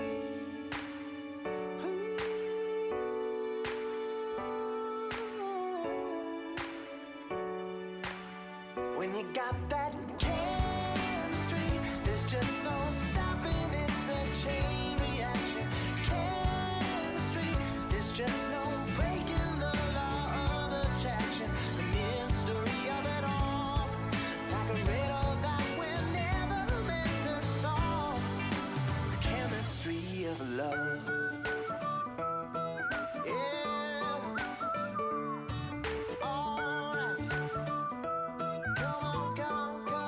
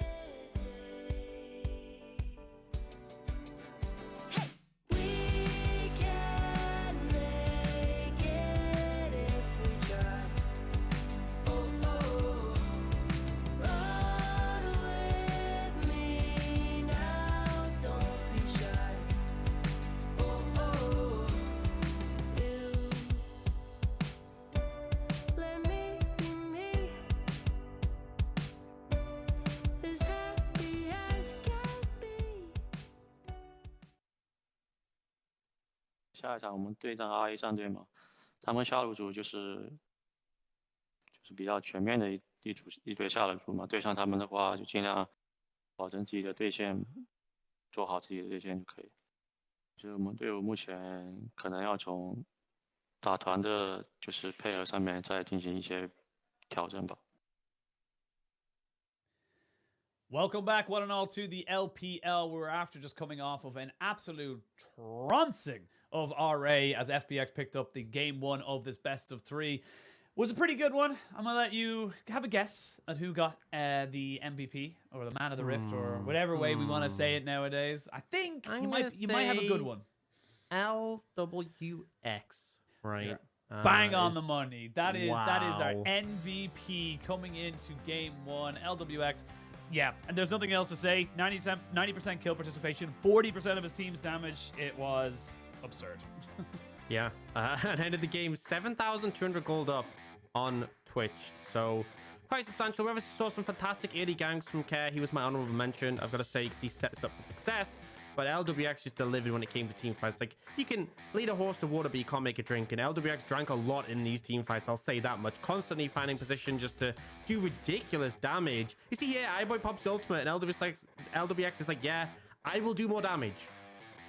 Yeah, I mean, this is the one here. I didn't even notice it was a pentakill, but you can see, look, watch Lay End or iBoy just disappear in a second. It's just 1, 2, 3. That's it. 3 Qs, technically, her auto attacks, and that is the end of that fight for iBoy. So, again, it comes down to what we mentioned in the draft and how we expected these compositions to kind of build, is that if you end up in this situation where you're relying on your scaling, yes, you have a Kayle, yes, you've got the Twitch available to you as well. If you're 10,000 gold behind, it doesn't matter what scaling you have. You need to play this one properly. Now, R8 opted into going towards the red side. What am I seeing on my screen, Ashin? And they've left open the Zeri. On my screen, they just lost on red side. They go red side again, and they leave Zeri open again. I am mind blown. I am perplexed. Leanne, go to Italy. Do it. Do it. Go to Italy. I want you to do it. I want you to do it. But, oh, sorry. Excuse me. It wasn't RA who chose blue. It was FBX who chose blue. So, okay. RA actually chose red on the first game. And it was, yeah, they're now being punished for that particular setup. They are going to go with the Jinx this time around, but it's kind of a similar situation that you don't have a dash, you don't have a real innate way of getting away from people if they jump on top of you, and you are relying on your scaling. Okay, maybe I went a bit hard because obviously it was FPX who chose blue. Apologies for that. But RA leaving the Zeri open, I still take issue with massively. We're going to see the Viego come out for Clid, so bit higher tier in terms of junglers. Obviously, we saw junglers fall into the second rotation. Viego, Lee Sin, really top tier junglers. Obviously, Wukong is just seeing permanent ban, and now it's going to be the Zeri being paired with the Yuumi. We'll see RA will go from the other side. I like the Nautilus, the point and click CC, a very good answer. You CC the Zeri, you're essentially getting buy one, get one free with the Yuumi. But still, I am tentative to support RA's draft after they have left the Zeri open. We'll see what they can do in the second rotation. Top and mid's still left open. And we saw a lot of bans towards the mid lane in the last draft. Bear in mind, it was Lissandra coming out as an RA ban and LeBlanc as an FPX ban. But it looks like they're going to deny the Galio away from Care. And honestly, good move considering how much he took over in the previous game. How hard does our bloody champ select music go? Like everyone, I listen to other regions, and like other regions, champ select music is kind of like, you know, it's hyping up, but ours like brings in the hard bass like super early, and I absolutely love it. But like you mentioned here, RA gonna start banning away some of those solo laners. We see the Vladimir being banned away by FBX alongside the Galio by RA. So the Galio, massive thorn in the side of RA in game 1 by Care. Had a fantastic game on it, and they're gonna ban away the Lissandra as well. So these big kind of CC impacting champions being taken off the board here by RA. Yeah, and particularly those mids who have a lot of agency and can roam effectively, whereas FPX are kind of targeting top laners that can scale. I could honestly see them denying the Kayle in this situation as well, away from Cube, especially as it's not like FPX can blind Kayle because they know Cube lands with the Nasus. Can just go with the Nasus, like you say. So we cannot blind that one. The LeBlanc going to be banned away here, as we do see the Ahri Lissandra also banned. So it's going to be an interesting one now to see where we want to try and take these drafts. You do have access to things like the I was going to say the Corki and the Victor, which we have seen of later days, but looks like Rare Adam want to go for something a little bit more safer. Orianna seen as the most blindable mid laner in all time, just something that you can just pick in and know that you're not going to maybe not have a great mid lane, but you're going to have an all right time. Yeah, I feel like it's a good old school blind. I'm not sure I'm so convinced at the moment. I feel like there's a lot of champions that are range Orianna. There's a lot of champions that have more agency early. She's kind of like, you know, she's decent prio for sure, but not as good in the skirmishes, and obviously scales well, so it'll fit to an extent for RA, but FPX will pick up the Sylas, which we've seen huge amount of priority on. Obviously, LPL Sylas, definitely a big pick for the region, but the fact that the buffs came in really solidified him to a solid spot. And now, for Shalahud to pick up a blind top, he's going to go for that Gwen once more. Do we just see the Kayle come out from Cube? Yeah, I mean, again, we kind of mentioned it a little bit in the game when it was kind of already over. Cube didn't have a bad game whatsoever. Cube just kind of sat in top lane, did his job. I don't even think we looked at top lane at all during that game, really, until he was about level 12. But Cube didn't have a bad time of it whatsoever. Now RA got a little bit better of an engage. They've got a little bit more agency in that bot side to be able to protect themselves. They're going to go with the Kayle again. I think Cube's going to say, all right, you know, doing the Peaky Blinders thing of no fighting to the rest of his team and kind of saying, like, we chillin', we just scaling, don't worry about it. I actually feel like, you know, Gnar would have in theory been good here, but you can't pick Gnar into Sylas ever because Gnar ult, the whole thing with Gnar ult is just so powerful, but it's gated by the fact of being Mega Gnar. It also has a 100% AP ratio. So as much as, like, I would have liked to see a more active pick, because the problem is, last game I was like, okay, RA outscale in the top and bot lane. Here they don't, right? Zeri Yuumi is going to be more powerful than a Jinx Nautilus in the late stage of the game. Ori, I mean, they have a strong front to back with like Ori, Jinx, Kayle. They can play to range. But I feel like as long as FPX can close the gap, they should be okay. But that's the question. They don't have any primary engage right before they have the Jarvan, which you talked about. Now they're going to be a bit more reliant on finding flank angles, finding opportunities to get onto the back line of RA. But regardless, I mean, you pick the Kayle, it's going to outscale the Gwen. If you can hit level 16, which they didn't last game, obviously, maybe that's the window you can play through. Again, you scale, that's great. You got to get to that scaling. You got to get to the 3-item Jinx. You got to get to the level 16 Kayle with any number of items. It doesn't really matter at that point. And oh, excuse me. But yeah, that's where you're kind of going at. And again, I think if FPX can be proactive, if FPX can get themselves into positions where they're not going to be dancing to the beat of what RA want to do, I think FPX are going to be very comfortable with trying to take these fights. Viego, exceptionally powerful with this Sylas. That mid-jungle combination, specifically in that lane, is going to be something that Strive's going to have to be very, very wary of if he doesn't want to try and fall back in this lane. Yeah, and I mean, iBoy, I was pretty critical of him last game.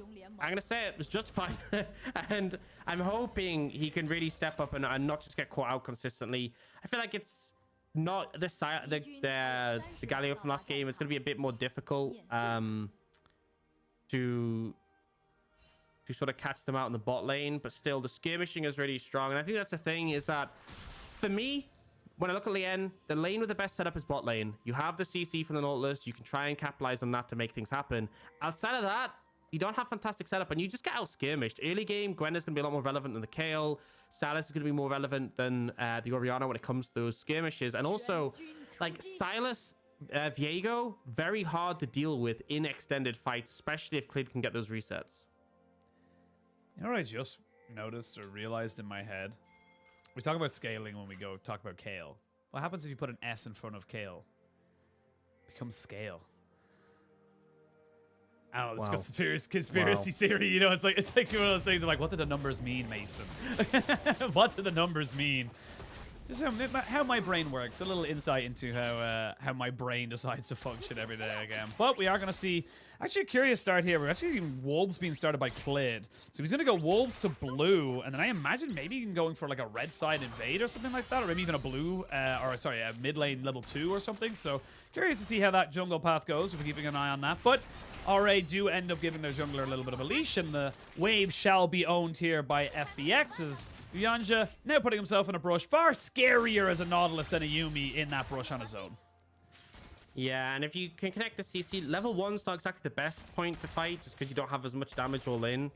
I feel like once you get the trap on on Jinx, that's when it becomes a bit more threatening to layer that CC and kind of lock Elderbix in place. Bear in mind, you're not going to take cleanse on Nautilus, so Elderbix doesn't have cleanse for the Jinx CC either. Now, we do see Lien is actually going to look for a bit of an invade here. He does have prio mid, but bot prio really isn't favored. Actually going to look for a gank, it's not an invade. Yeah, I was This is going a to good say opportunity. this is a great move here. They've got a ward in the river, but not behind them in the brush. This is going to be an immediate 3v2 situation. They're going to flash in, get the CC down. They don't land the Sonic Wave just yet, and the flash is good. It was a good move from RA, but perfectly answered by FBX. Yeah, a lot of summoners burn. I do feel like it was a bit of a misplay, though, because as a Lee Sin here, you shouldn't be firing your Sonic Wave until either all mobility's been used from LWX or unless they are CC'd. So let Nautilus throw out his hook, and either he hits and you land your Q, or he misses because they flash, and then you should be able to follow up and close the gap. I don't know if they necessarily would have killed WX there, if he landed the Sonic Wave at the end, but at bare minimum, he would have been a bit more chunked out. That being said, he resets anyway, so it doesn't really make much of a difference. I just want to see a return gank, though. That's the main thing for me, especially as Yuyanji does have Hex Flash, so not as much of a loss him trading flashes. Yeah, again, he'll still have access to at least some form of a dash, as Leanne does end up getting his double scuttle in the end, as he did see the full pathing of Clid. Knows he's on the bot side of the map, takes away the scuttle on bot, goes straight up to the top side, and now has all his camps as well. So he doesn't actually lose anything on that gank. Realistically, he just kind of maybe delayed himself a tiny bit, but at the end of it all, still be able to pick up absolutely everything. And Care having a lot worse of a time this time around now on the Sylas, coming in against Strive, who is on the Orianna. Yeah, not having a good time so far. And it's kind of the expectation is that in the laning phase, you're playing into Orianna as a melee champion. She can harass you down with autos, short cooldown Q just to keep putting pressure on you while hitting the wave. Care really just wants to get out of the lane on this one and get into some fights. But for the time being, it's rough. Now, Clid is looking for Cube. This should be a free gank. This should be a free gank. They will land the stun down. The flash will come in for Cube, and he will end up getting himself safe. So we're seeing a little bit more action now for Cube in this top side. They're saying, look, you're not getting the free lane you got last time. You will have to be careful. Yeah, and I mean, Cube kind of misplayed it because he didn't really need to step up to the lane, but he walked forward so that that big chunk of terrain that you can see just below him now was able to cut him off from the vision of seeing Clid come round. So gave an opportunity for Clid to get that stun. Obviously, flash down, so return gank can be particularly threatening. We see actually Leanne is the one making his way up there. But there is a river ward, so he should get spotted out. Well, mid laner is TP'd back into the mid lane with an item or two, as we see a full engage onto iBoy, who does get ignited down. So Yuyanji going to have to try and body block here as Hong just playing a bit nuisance here as iBoy very low, and first blood going over to LWX. This Zeri is uncontainable. You know what, Sheen? I'm going to draw your attention to the right side of the screen. See where it says RA iBoy? Slightly below that, you should see there is a heal and a flash available. Not necessarily in that order, but yeah. Yeah, I think he must have got caught off guard because LWX had the piercing attacks, right? Because he used his E and it went through the minions to finish him off. But I mean, iBoy has had an atrocious series so far. And the fact that this Zeri Yuumi has got a kill already. They were down summoners. You gotta remember as well, they're down summoners here. iBoy just steps up, ends up being overextended. And this is the main thing, is they see Yuumi out of Zeri and they try to kill Yuumi, but you just don't have the damage, don't have the follow-up. And yeah, I can't even justify iBoy not burning any sums there. I mean, yeah, it feels like right there you need to burn your flash. And that seems to be a recurring theme for iBoy, honestly, between this split and last, where he has summoners available to him. He has ways of getting out, but he just holds on to them as if his life depends on them. And unfortunately, it does. And by holding on to it as much as he does, he just gains absolutely nothing. There's Yuyanji. You're a big boy. You ain't going to be sneaking around Nowhere on this Nautilus. So yeah, just get caught out, Leanne.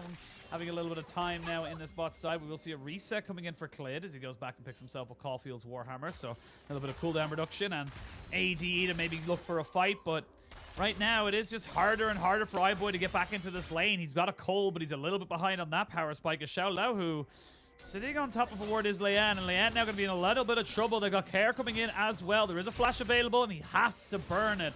And this is again and again what we're seeing from RA. They're just making these very small errors that are costing them big time in the summoner department. And that's the thing. You have a top lane who's going to be more relevant. Care is jumping at any opportunity to move out of lane and get involved. He's like, yes, please. I hate laning into Orianna. Yep. Make this happen. But I just feel like it's a worry, right? Leanne hasn't been able to make anything happen. We're going to get level 6 from the Viego soon, which makes him super threatening.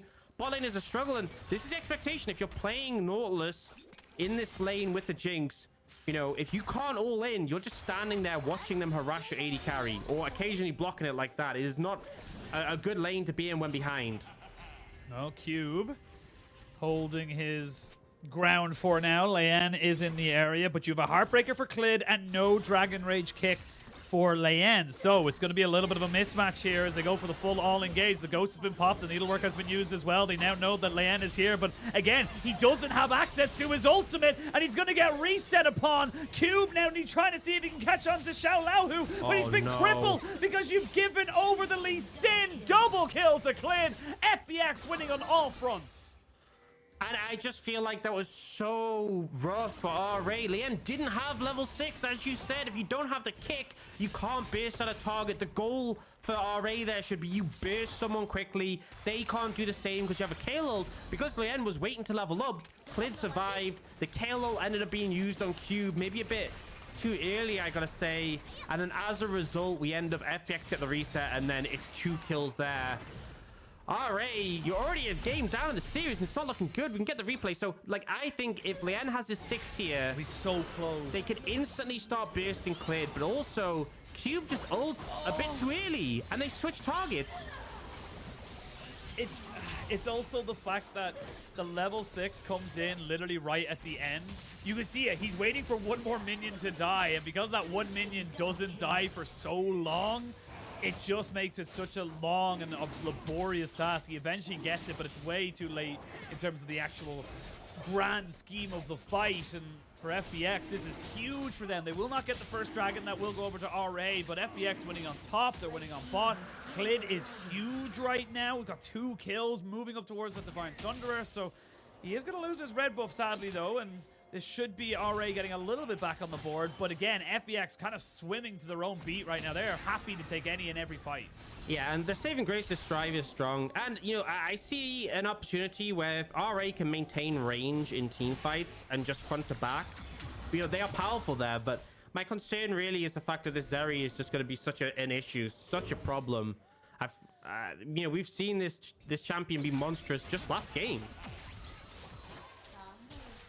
All right, coming back into it now. We've got about 13 or so stacks left for LWX on his Cole, whereas it's about 50 odds for iBoy on his. So you're going to ways away for that. So you are going to see a very large power spike for LWX in this bot side very, very soon. How do we want FBX to transition this? There's no dragon. There shouldn't be a Rift Herald for another 4.5 minutes. As I say that, they're going to see an immediate engage. They don't catch him out. And now iBoy, he's been caught out a little bit. They're going to put down the exhaust. They're trying to trade this one back, but Yuyanja's getting some decent damage here. Flash in from LWX. iBoy keeps his for game 3, as they're going to be able to trade it back eventually. A flash away from Yuyanja, who salvages the play. But again and again, iBoy just not respecting the damage. iBoy just really not playing this entire series well. I feel like if you're going to leave Zeri open, you should be able to deal with it and play against it, but he's just been fumbling again and again. And when you see a play coming in mid, ooh, they don't quite get him, but now Strive, who has his own shockwave, will use it to try and just swipe it back, but Strive almost going down the burn. Is it enough? No, it's not, because the safeguard was there. Nicely done there by Strive to keep himself safe, but again, it's FBX being proactive. It's FBX making the plays. Yeah, and it's a misplay from Clid there, not connecting the stun. That kind of cost that. Just the ult straight in the top lane, but Xiaolahu might look for more. I mean, Cube hasn't got ultimate now. He might have to use his own flash, but he knows that Xiaolahu is not going to be brave enough to go underneath the tower. Does take an unfavorable trade, but this is, again, FBX kind of winning on all fronts, and now you've got Clid coming in saying, look, I might not have ultimate, but neither does Cube. They will, at minimum, get the flash out of him. You got to feel, and that's going to be enough. Ooh, the flash comes in just in time. Yeah, and I think for FBX, you're talking about how they transition this. Just find a window to use the Herald. If you got to kill top there, slam the Herald down, you can take the tower. If you find more success bot lane, the same thing can happen. Now, we see RA set up for a dive. Orianna's moving down. Zeri's in trouble. Zeri is in trouble right now. They're going to get the Super Mega Jet Rocket, but it's... Oh, Leanne! Oh, they finally get him off. It was some heroics coming in from Hong. It almost went disastrously, but RA finally finding a bit of momentum. And I gotta say, I feel like FPX kind of flubbed because Xiaolahu TP top at the start of the play, and Care has TP. They could have sent both solo lanes in and possibly turned that around, but they end up going, deciding they just want to cross map. So they give over those 2 kills, they'll give over a ton of plates, but they do get that first tower in return for themselves. Might get a second charge, and honestly, they might get a kill as well. I don't think there's really anything Cube could do here. He's going to try and maybe defend it as best he can. It will be traded so far for a tier 1 on the bot side. Uyanja is here, so it will just be a charge. Kid will take away some Krugs as a little bit of a reward as well. And at the end of it all, it's still about 1,000 gold lead going over to FBX. So not a massive hole to be in, as FBX still trying to find some big advantages in this bot side. Yeah, and what ends up happening here is Uyanja does a good job of CCing Hung towards the end. You actually see him interrupt the jump back. So Hung is now locked out. If he could get back inside of the Jinx, he would easily be able to turn that into a double kill. So good from Uyanja to mitigate his AD carry's mistakes. And here, Care's not able to connect to the flash. Clade misses the stun. And that really is a difference maker. If that stun had connected from Clade, that would have been a kill. But yeah, I've got to say, all in all, as much as FBX still got the whole entire tower and first tower, the fact that RA traded pretty well in that situation, I got to say favors them. They were already down. We talked about how they need to lean into the scaling at this point. For them to be trading evenly when the enemy team has a Herald, you absolutely take that. Yeah, and iBoy with getting that full plate or turret plate gold from the tower on the bot side means that he's now actually got his Kraken Slayer, so he's at a decent spike, but they go immediately in. iBoy finally realizes he has a flash button, but it is all too little, too late. Uyanja getting pushed in underneath the turret. There's 2 kills. Lian has now found himself in a 1v1 versus Care. Strife is around, though, to make sure that that 1v1 does not stay that way, and this should be RA picking up this tower. Honestly, pretty much uncontested, and this is again just FBX, good proactive play. Yeah, making the moves, and you can see the confidence from LWX and Hung. I mean, I have to remind you, this was the bot lane who, when they played against EDG, they left Lucian Nami open when no one else was. They picked Kalista Renata, and they dove them level 2, right? This is such an aggressive, confident bot lane for FBX, and they're really showing up when they need them to. Oh, yes, you got the priority in bot lane, but you don't have the priority over the dragon. You can see Shellau, who is already roaming down to try and maybe contest this, but I feel like it's too little too late here for FBX, and already that dragon should be going over to RA. So again, good objective control, something we didn't see in game 1 from RA, so they're not out of this one just yet. Yeah, it's really important because it's going to essentially delay the potential soul from FBX, give more time to RA, and also, I've got to say, it's a Hextech Soul. This would be pretty powerful for RA. I talked about how they wanted to play the fights front to back, stay at range. Really helps out if you have that AoE slow ability. Like if iBoy can hit a rocket and slow down everyone FBX, it's going to make it so much more difficult to close the gap. A lot of them are just relying on getting on top of the backline. They don't have things like the Jarvan Cataclysm from last game to instantly find windows of to engage. Well, Riptile is going to be started off here. FBX do find themselves in a nice little pocket of no vision, a little fog of war. And they should be able to pick this one up without any real problems. Lian was sitting off on the side in case someone got lazy, but there was a ward to spot him out. And now Care has a little bit of free time on this bot side to kind of push himself up. Still waiting to pick up his Everfrost for the moment. Leandri's Anguish has been picked up by Strives, so bit of a power spike for RA, and right now RA, they're not doing too terribly in the grand scheme of things. They are about 2,000 gold behind. They just need to try and find out LWX. If they can kill off LWX, a lot of this gold lead will just go away. Honestly, I feel like at this point it's Clade, right? Because they killed LWX earlier. Like in fights, for winning fights, that, yeah, fair enough. But I feel like in terms of getting gold back, they have to shut down on Clade. If you stop the resets from the Viego, it can really hurt the extended fights. But I think RA, it's just about stopping the bleeding. You've got those 2 early dragons. You no longer need to contest dragons for another like 8.5 minutes if you don't find a window to. Obviously, if you can get the dragons, fantastic, but there's no pressure. You have a ton of wave clear as well with your team. Jinx, out of all AD carries, one of the best at just killing waves from a distance. Orianna is obviously fantastic, and Kayle is holding up fine in the side lane. So I think just slow down the pace of the game. Don't make unnecessary aggressive plays. And get to the point where, I mean, I guess Kayle is 16 and Jinx is super relevant. Well, might go for an engage here. The kick over the wall delivers 2 people. They try to get the ultimate out of the Yuumi, but the Yuumi keeps Clit alive just about. They get a hook onto Care, who's forced to flash away. This is RA just having a moment of brilliance and saying, look, we know we can catch you out. You're separated and we can find ourselves a pick. They don't get any kills, but they get the pressure. I do have to say, though, Lian and Strive, you know, one of your abilities kicks them away, the other pulls them in when it's on top of someone. So just really did not sync those together. Didn't think about it. Now Yanja's wants to be down. Oh, they land the chains on top of him. He's forced to flash away. And again, this is what's so unique about the LPL. It's like I look at all the other regions, everyone's kind of sitting there, reserving themselves, waiting to see what happens at the next big fight. LPL teams don't care about that. They will fight you at every single moment because if they can burn your flash before the next fight, that's an objective in their head. It can make such a big difference burning, especially I look at people like iBoy in particular. If you can burn his flash before a fight, makes such a big difference. And they're just looking for windows, fishing for opportunities. Herald comes down mid, but it's not enough to take the tower. And that's really significant for RA. If they can keep mid tier 1 alive, it becomes a lot harder for FPX to set up for objectives like the Baron. So if they can keep defending that, will make a big difference. So for the time being, I think FPX probably just going to go for reset soon, spend your gold, and set up for that next dragon. They really want to make sure they can secure that one. Well, we'll have a look at the replay here. It's probably just going to be the mid lane. But yeah, this is just Liang kind of saying, look, we can go for this. We know we can get this fight. They do get the flash kick back, but yeah, the shockwave not synced up properly. Yeah, I don't know. I guess maybe Strive thought he potentially would be too far away to get over the wall. Maybe that's the thought process. I'm not too sure, but either way, not synced correctly. They don't manage to take out Clid. And you see how low he was at the end. It's guaranteed he would have died there if that had connected. So, bit unfortunate, but either way, RA at least looking for some proactive windows when they are given the opportunity.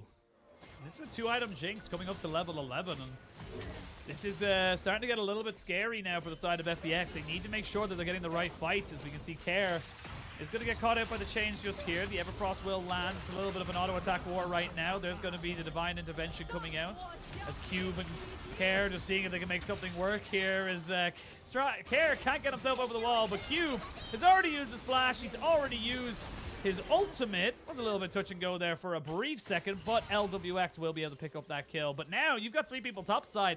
I don't think you can defend this dragon, so RA should be getting themselves a soul point. I feel like FPX are just forced in here because Cube's not going to be alive for a while.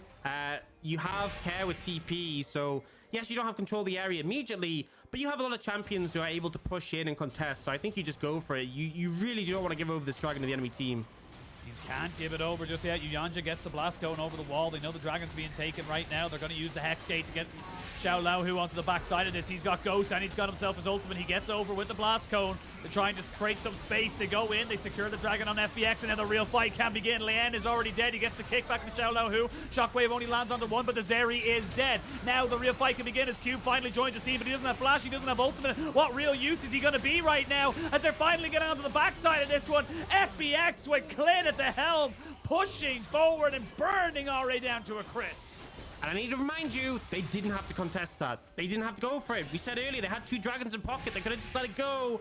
But RA insist on making it happen. Wanted to make the enemy team pay for taking down the top laner. And all that happens is they get absolutely crushed. And now FPX could go for the Baron if they want, but instead they're going to take down that mid-tier 1. They're not going to overstay and risk giving RA a window back into the game. No windows open, no doors, not even a crack in the wall shall be left open by FPX. So we have a look at the replay here. And like you said, didn't have to contest this. Once they saw the Hex Gate and the TP, they could have just backed away. Yeah, I mean, honestly, I feel like posturing for it is the initial mistake. I feel like at this point, they've committed too much. They're in the fight. And they end up getting collapsed on. The Hex Gate's obviously a massive tool for a team without Engage to get in. And they start feeling a bit confident when they get a reset for iBoy. They just don't have the damage. The Null Assault is huge. It disrupts iBoy. And at this point, when Care connects the stun as well, there's nothing they can do. I think the play would have just been not to set up for it all. You know, back away, don't contest, give FPX a dragon. Who really cares? Because now the gold lead is starting to get really significant. Yeah, 4,000 now is the gold lead. And you can see with Clid 5-0 and 1, this Viego is becoming such a menace. The Zeri, the Viego, so many things that can just run rampant and keep themselves alive no matter how much you throw at them. I will say it is almost level 14 for Cube, so he is getting very, very powerful with that Wit's End as well. You can see a couple of times he's nearly been able to turn it around with his auto attacks, but again, still a ways away. And will you be given that time? That's the question FPX need to start answering. I just think it's so rough. I mean, Jinx needs 3 items at least, I feel. Kale obviously needs level 16. Strive is pretty strong, but, you know, it's quite hard to connect shockwaves in this fight. Gwen can be immune. Clid has a force of nature, so he's hard to cut through. Care has Zhonya's as well and is quite mobile, as is the bot lane. It just feels like, you know, there's some games where Orianna Shockwave, you have the setup for it. It's quite easy. This is not one of those games. So already have that work cut out for them, especially with this deficit. And FPX are just confident. They can even play sides like this. They have the Gwen pushing the top lane. They have the Sylas pushing bot. They can easily rotate to either side and look to capitalize on those stacked waves if needed, or can just continue to try and contest this vision around Baron. See what they end up opting in for. Cube on the bot side has just ticked over to level 14, so and building up towards his Riftmaker. So we'll have the Riftmaker Wits End combination. A little bit more defensive. You would tend to see a little bit more on the... oh, interesting interaction there. I thought that would have made a longer one, considering it went over the remnants of the turret, but never mind that. And yeah, again, both teams happy to kind of just wait until this next dragon spawns at a minute 45. I think iBoy specifically would love to get his third item. He is nearly there towards his IE. Once you get that IE there onto the Jinx, that becomes a very, very scary carry. And if you can start to get resets, that's when this fight could turn around in favor of RA. Absolutely. And I also want to say, it's not just that, but the individual dragons, the Hextech dragons, they give 6% attack speed, 6 ability haste. Like, that is fantastic for Gwen. That is fantastic for Viego, for Sylas, for Zeri. Yuumi, not so much because you're not really auto-attacking, but like that, just like if they end up with 3-4 Hextech dragons, that is a lot of free stats.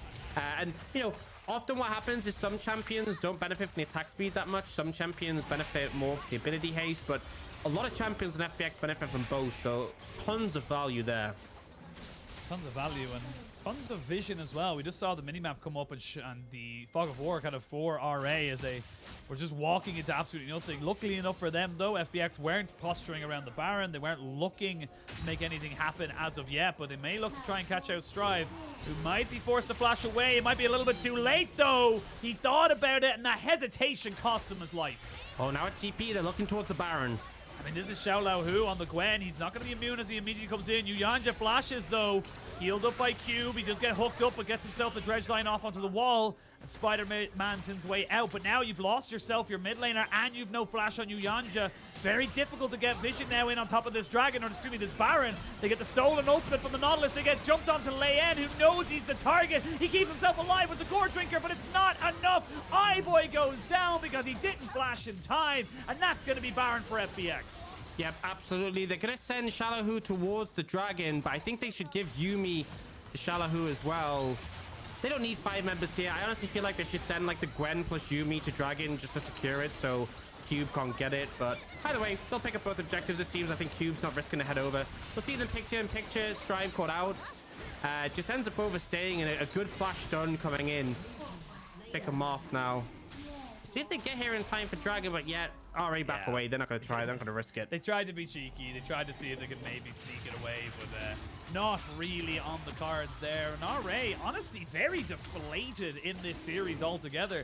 iBoy has had an atrocious 2 games so far. 0-5 now on the Jinx. And even in this fight, which we'll see here, he has plenty of times to give that distance, to flash himself away and create distance between himself and FPX, but he just doesn't.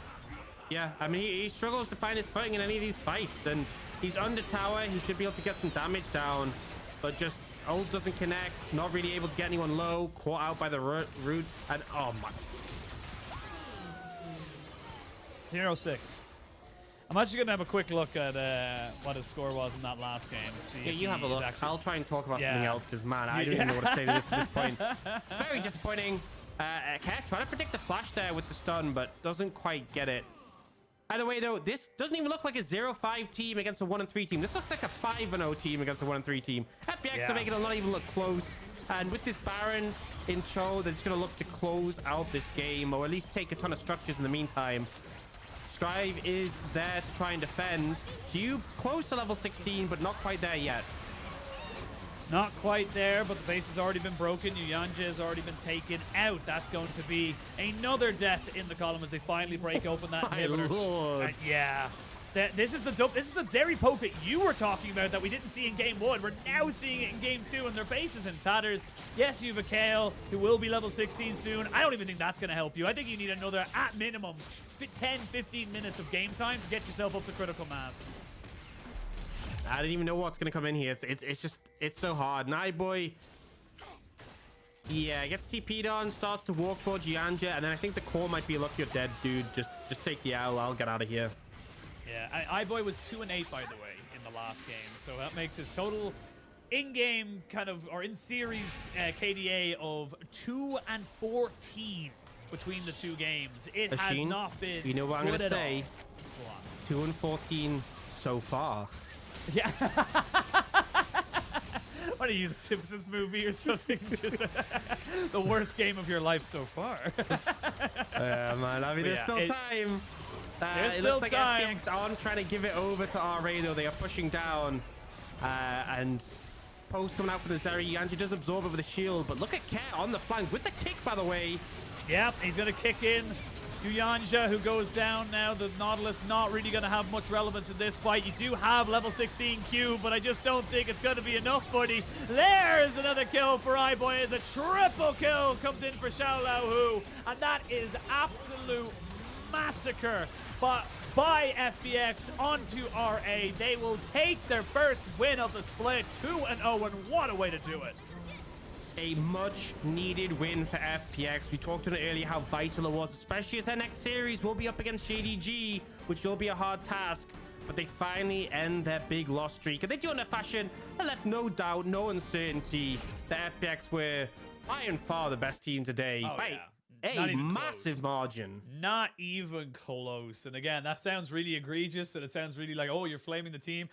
Anyone who watches that game is not going to try and, you know, spin it any other way. There were one or two moments like Cube, yeah, you got to level 16, well done, but again, there's not a lot you can do on the Kayle. I think that's the big thing we saw. A lack of agency, a lack of wanting to pick up plays from the side of RA, and FBX just kind of ran them ragged. Yeah, I feel like a lot of good proactive play coming out from Care in the mid lane, but for me, the highlight was the bot lane for FPX. The gap between AD carries was massive. There was such a canyon between them, and I felt like LWX and Hung are a bot lane who, even when FPX have struggled, we've seen them have positives, right? Against EDG when they went for that level 2 tower dive, which was hilarious, but also effective. There was countless other times where they've had that aggression in lane. The time when FPX were best in spring was when the team played at this bot lane, let them be aggressive, fostered their ability just to challenge the 2v2. And I feel like this game was more indicative of what we saw there. This series was, right? We have the mid trying to make things happen, roam down towards bot. We have Clade being active on the map and playing for his laners. Top lane, you just played a scaling champion, whatever. And then bot lane, and like, look, it's go time, 24/7 non-stop. Particularly when you look at this, you know, as much as the next series is JDG, that'll be a tough one. A lot of the other teams they play, I think FPX bot lane can just outmatch them. So if they continue on this trend, they could still make playoffs. They could still bring it back despite the bad start.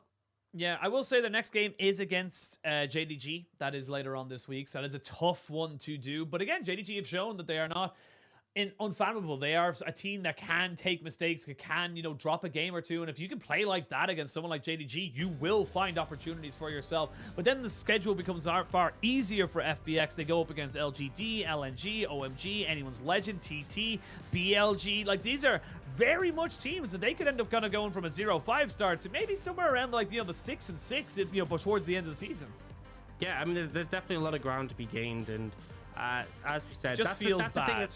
It feels bad, but as long as you can maintain strong mental as a team, and you can be like, look, these losses don't matter. If you took a game of RNT, we took a game of top esports, it doesn't matter if we fall to these teams, we can still bounce back. That's the thing. That's why it is different in the LPL compared to other major regions. In other major regions, you get to the halfway point and you're like, right, we've faced everyone. Where we are is a pretty good read on our strength. We can try and improve that, but we're going to have to face the same teams all over again. And the LPL is completely different. You know, you haven't faced all the teams. You can have a rough start. You can have an easy start. That's something that I kind of talked about with LNG the last 2 splits prior to this one, is they had very easy starts. So they would go 7-0, and then they'd hit this rough spot in the middle. Whereas here, I think FPX had a very rough start.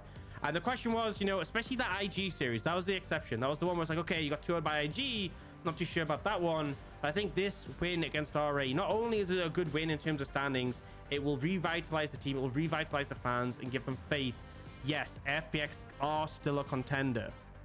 Yeah, absolutely. And I think this is why we can't really count anybody out until they're mathematically taken out of the system. Again, you don't even have to be half as good as the rest of the pack. It's the top 10 out of 17, so you just need to be even just below average is totally fine to try and get yourself into the playoffs. But is unfortunately a little bit of a drive up. I could very well see them now that a 1 of 5, good start, or good bounce back is probably a better way to put it for FBX, but they are against JDG. That could probably be 1 and 6, and then you're kind of really banking on them going a 5 or 6 series win streak to try and bolster them back up into that playoff contention.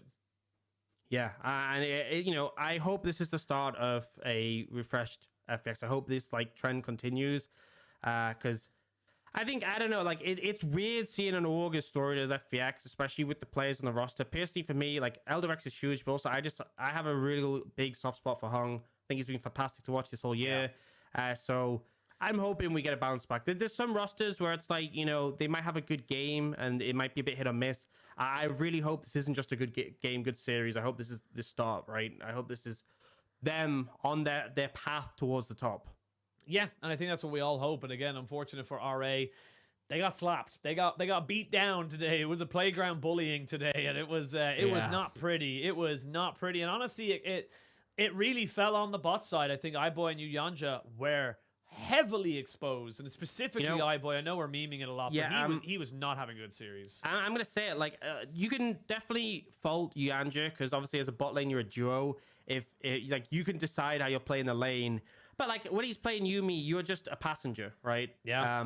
When you're playing and even on the Nautilus game, I actually think he played well when it came to those 2v2s. It's just iBoy was really off. So game 1, obviously you're a passenger, but iBoy did miss position. But game 2, I mean, iBoy just had a horrific series. 2-15, I think, was the final score from that series. So definitely leaves a lot to be improved.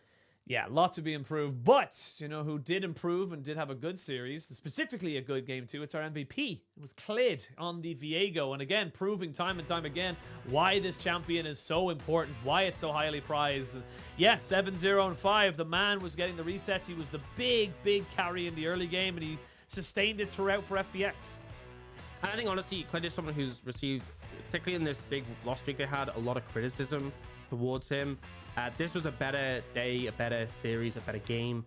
Definitely looking like he's more on board with his team, able to set up these plays, able to make things happen. Moments like this where they take the 2v2 against RA and just completely outperform them. But he was pretty present everywhere across the map, you know, making ganks happen, whether it was bot, mid, or top throughout this game. And it's kind of a similar story in game 1, just a much more active jungler. And I think considering he was against Lien, who has been, you know, a very highly praised jungler, even when RA have struggled, this did look like a stronger jungle performance from Clid. Yeah, I think Clid has definitely been finding his footing in FBX. A lot of question marks over this guy, and very much thinking about, you know, where he fits himself in this roster. Fits himself very nicely today, and I think, you know, the longer we see these kind of performances, the better it's going to be, again, for FBX and for Clid as well. So curious to see how he's able to move it, curious to see how he's able to move forward on this roster. And again, yes, it sucks. 0-5 is a horrible place to be. Hell, even 1-5 is a horrible place to be. But you've got so many games left. You have to keep pushing forward. You're now 1-5, 10 series left to play. You got to make the most of them. Yep. So, yes, we see what happens there. And I think just overall, general positive outlook for FPX going on forwards. And I think that's the thing is that, you know, as much as we talked on earlier at the start of the day, we are like getting a significant amount into the split.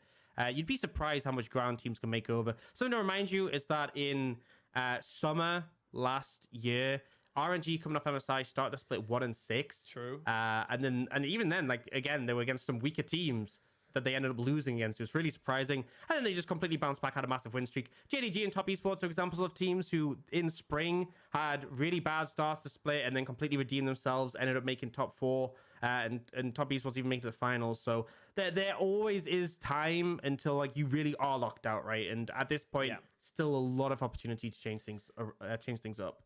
A lot of series to be played, but this is the one that we've just finished. FPX got the 2-0, and we are going to go to a quick break. When we return, we'll be bringing up our second series of the day, which is Weibo Gaming versus Ultra Prime.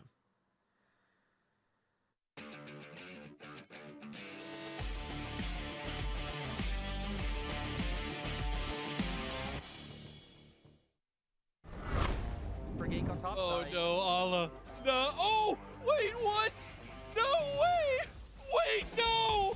This This is the most big brain play I've ever seen in my entire life.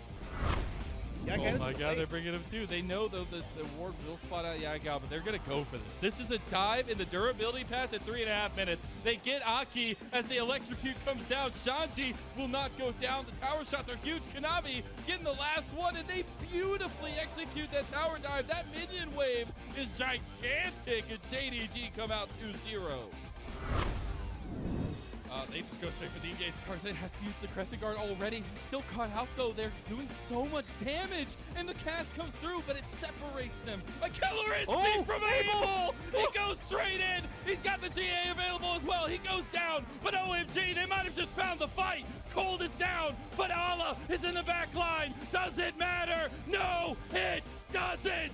Where were you when OMG got their first series win in Summer Split? They take the fight against LNG, and they are dominating this game. You pointed out that a little bit before here for Cole. So we're going to be watching out his bottom lane. Bojic without his support. Gala flashing forward. Yep.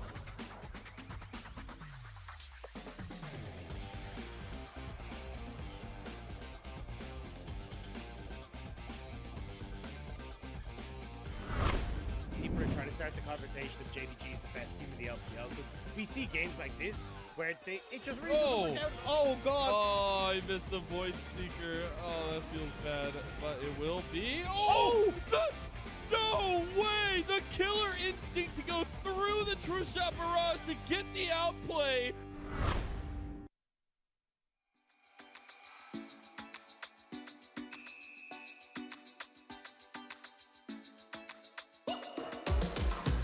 When you're feeling down, wanna come my way, gonna lift you up. Let me hear you say, yeah, we're living on love. Yeah, we're living on love. Yeah, we're living on love. Yeah, we're living on love. Oh, oh, we're gonna take you higher. Oh, oh, we're gonna lift you up. Oh, oh, we're gonna take you higher. Oh, oh, we're gonna lift you up. When you hit the ground, don't you lose your way. Gotta get back up. Let me hear you say, yeah, we're living on love. Yeah, we're living on love. Oh, oh, yeah, we're living on love. Yeah, we're living on love. Oh, oh, we're gonna take you higher.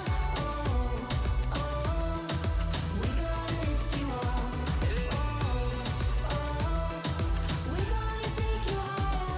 Oh, oh, we're gonna lift you up. Oh, yeah,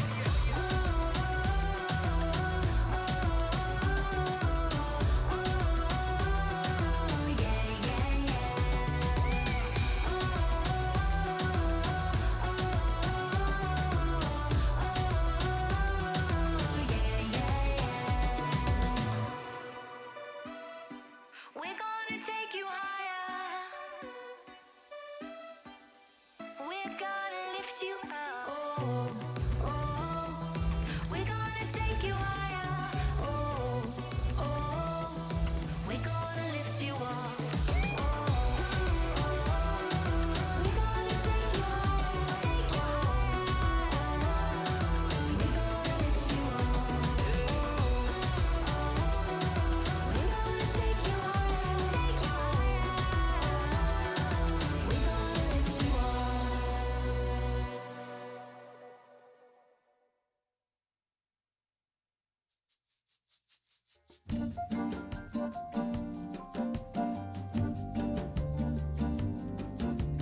When I feel the darkness descending upon me, then I close my eyes to seek escape. Something in the darkness calling to me, but then I realize it's okay. 12.10亿应该还是那几个比较常的一个打野还是一样的吧，因为也没有什么影响，就是不败之王和猴子争夺吧。汉克的话就是喜欢就是在上路3v3，然后打到的优势吧，然后我们就是下弯区比较小心一点，应该就可以。Welcome back, one and all, to the LPL. We are coming into our second series of the day. We talked about yesterday being a speed run. Today might just be the same, but I am still Ushi, and I'm still joined by the absolutely illustrious Ox, as we are going to be bringing you our second series, which is Weibo Gaming versus Ultra Prime. Two mid-table monsters looking to try and make their mark on the league. And as we start to get towards the midway point of the season, we got to start talking about the good, the bad, and the shy, because Weibo, they've had a bit of everything. Yeah, I mean, I feel like Weibo have been a bit all over the place, considering spring was a weird one. I think a lot of people had high hopes towards the start of the split, and then it kind of fizzled out. Summer, they've had, as you said, they've had good moments, they've had bad moments, and then the shy, I feel like, is the epitome of you never know. You never know what you're going to get. Flip a coin and find out what happens. Yeah, I will remind you, he did play in a Nivea top lane game, which went unsurprisingly horrifically bad. Yes. I can't add more to it than that. I mean, honestly, and we can see like, in a couple of the clips as well, like the good side of Weibo, where they're able to be proactive. They're really heads up play here from Angel to kind of separate himself, knowing that if anyone jumps on top of him, it completely separates the fight into a non-native 5v5. But then we kind of look on the other side of Weibo, where it's like, you know, yes, they've got Juanfan, they've got everything, but then they've got things like this where they think they have a 2v1 on the top side, and they just don't dot their I's or cross their T's. Yeah, I mean, they bring the support, but not the jungle. You can see SFM on the other side of the map. And I feel like the level 4 top roam from On is such a very standard play for him to do. You can even see late flashes to try and block the Sonic Wave, and just ends up dying as well. And then the Shy, yeah, we saw the debut of the Masters coming out from Cube, and he just absolutely dumpstered the Shy in that matchup. But then you get moments like this. You look at him on the Jax towards the bottom half, and he's fearless, flashing forward, getting those kills down, and just being a menace onto the side of RNG and within the same series. So this is a guy that we always have to put respect onto. But again, the Shy is the definition of a coin flip. You may get the Shy, you may get a particular name that I won't want to say on broadcast because it's not very viewer friendly. So, you know, you have to take both sides of it. And honestly, the way Weibo end up kind of performing, it does feel like it's down to SOFM or not. Yeah, I feel like SFM has really been inconsistent, I'll say. Sometimes it feels like he's on point, he's doing what he needs to do. Sometimes it feels like he's just not even in sync with his own team to the slightest degree. So always a question mark. I feel like when I come in a Weibo series is where they'll end up being. What crazy things will they bring out in draft remains to be seen. And then on the other side of the coin, we can look at Ultra Prime, who I think people came in the split, they're like, yeah, you know, maybe we could see Ultra Prime perform a bit better than they did in the spring, especially with the addition of Zoom. I think they've been solid so far. I think most people would agree. I think they've been finding their feet. You know, I think that's the best way to kind of go for it. This is a team that has pieced together a couple of different people, has looked to try and maybe make something work for them that a lot of people, again, it's kind of Zoom who ended up being traded and then being benched and then not really working out on top esports and then finally kind of coming back and now being on Ultra Prime. He's played some fantastic games, and you can even see here, it does feel like with the likes of Elk, Zoom, Cryan, they are starting to become a cohesive unit. Yeah, Cryan's actually been fantastic so far this split. Someone who got so much criticism on the RNG roster that won MSI, has just been an underperformer, been a two-trick. He has really been positive in this roster, particularly when he got his hands on Talia. Zoom has been solid, the bot lane has been good. Hacker has had his moments, but also some questionable ones. It's been a bit hit or miss. But ultimately, I actually really enjoy watching this team, and I feel like a lot of people do. It just comes down to finding a bit more consistency in their series. Because again, there are games, I specifically remember that Hacker game where he went for that early skirmish, gave 2 kills over to Weiwei, and they just lost the game from there.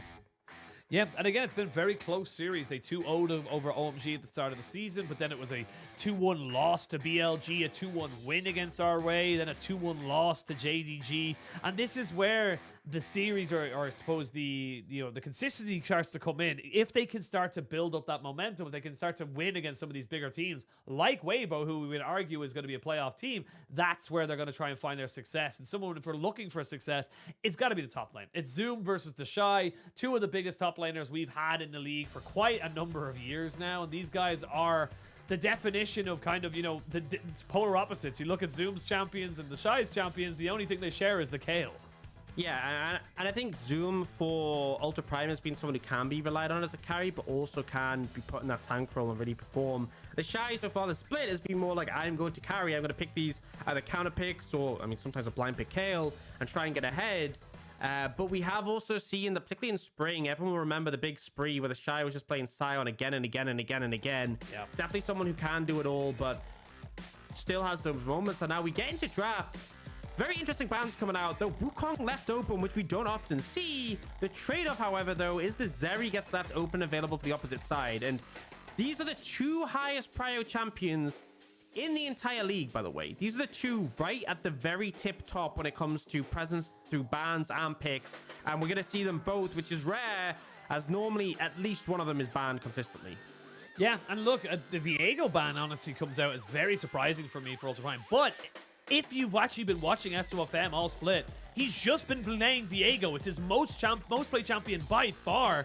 And it's just an interesting kind of dichotomy of just saying, look, SOFM, we're going to call you out. You're not going to get the Viego. We're not going to let you have that. You are going to have to first pick the Wukong. Let's see if you can play it. And we're going to see the Twitch Yuumi, the Tom and Jerry combination going into a Zeri Renata.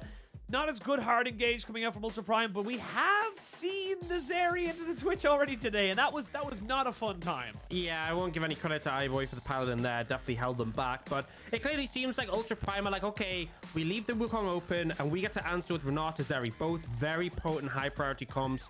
In some people's opinion, Renata is the best support at the moment. Zeri, certainly the best AD carry. But Weibo, like, cool, you do that, we answer. We answer with a lane that should outscale. And if they're able to not get crushed in the early game like iBoy did, should hold up late game. I do like Hacker taking the Sinzao. You don't want to put jungle down in the second rotation, it will get banned out. But also, when you're playing into Twitch, the ultimate really powerful because, you know, it's not going to last quite as long as Twitch's ultimate is. I believe Twitch's ultimate is slightly longer, but it'll protect you from a good deal of that damage.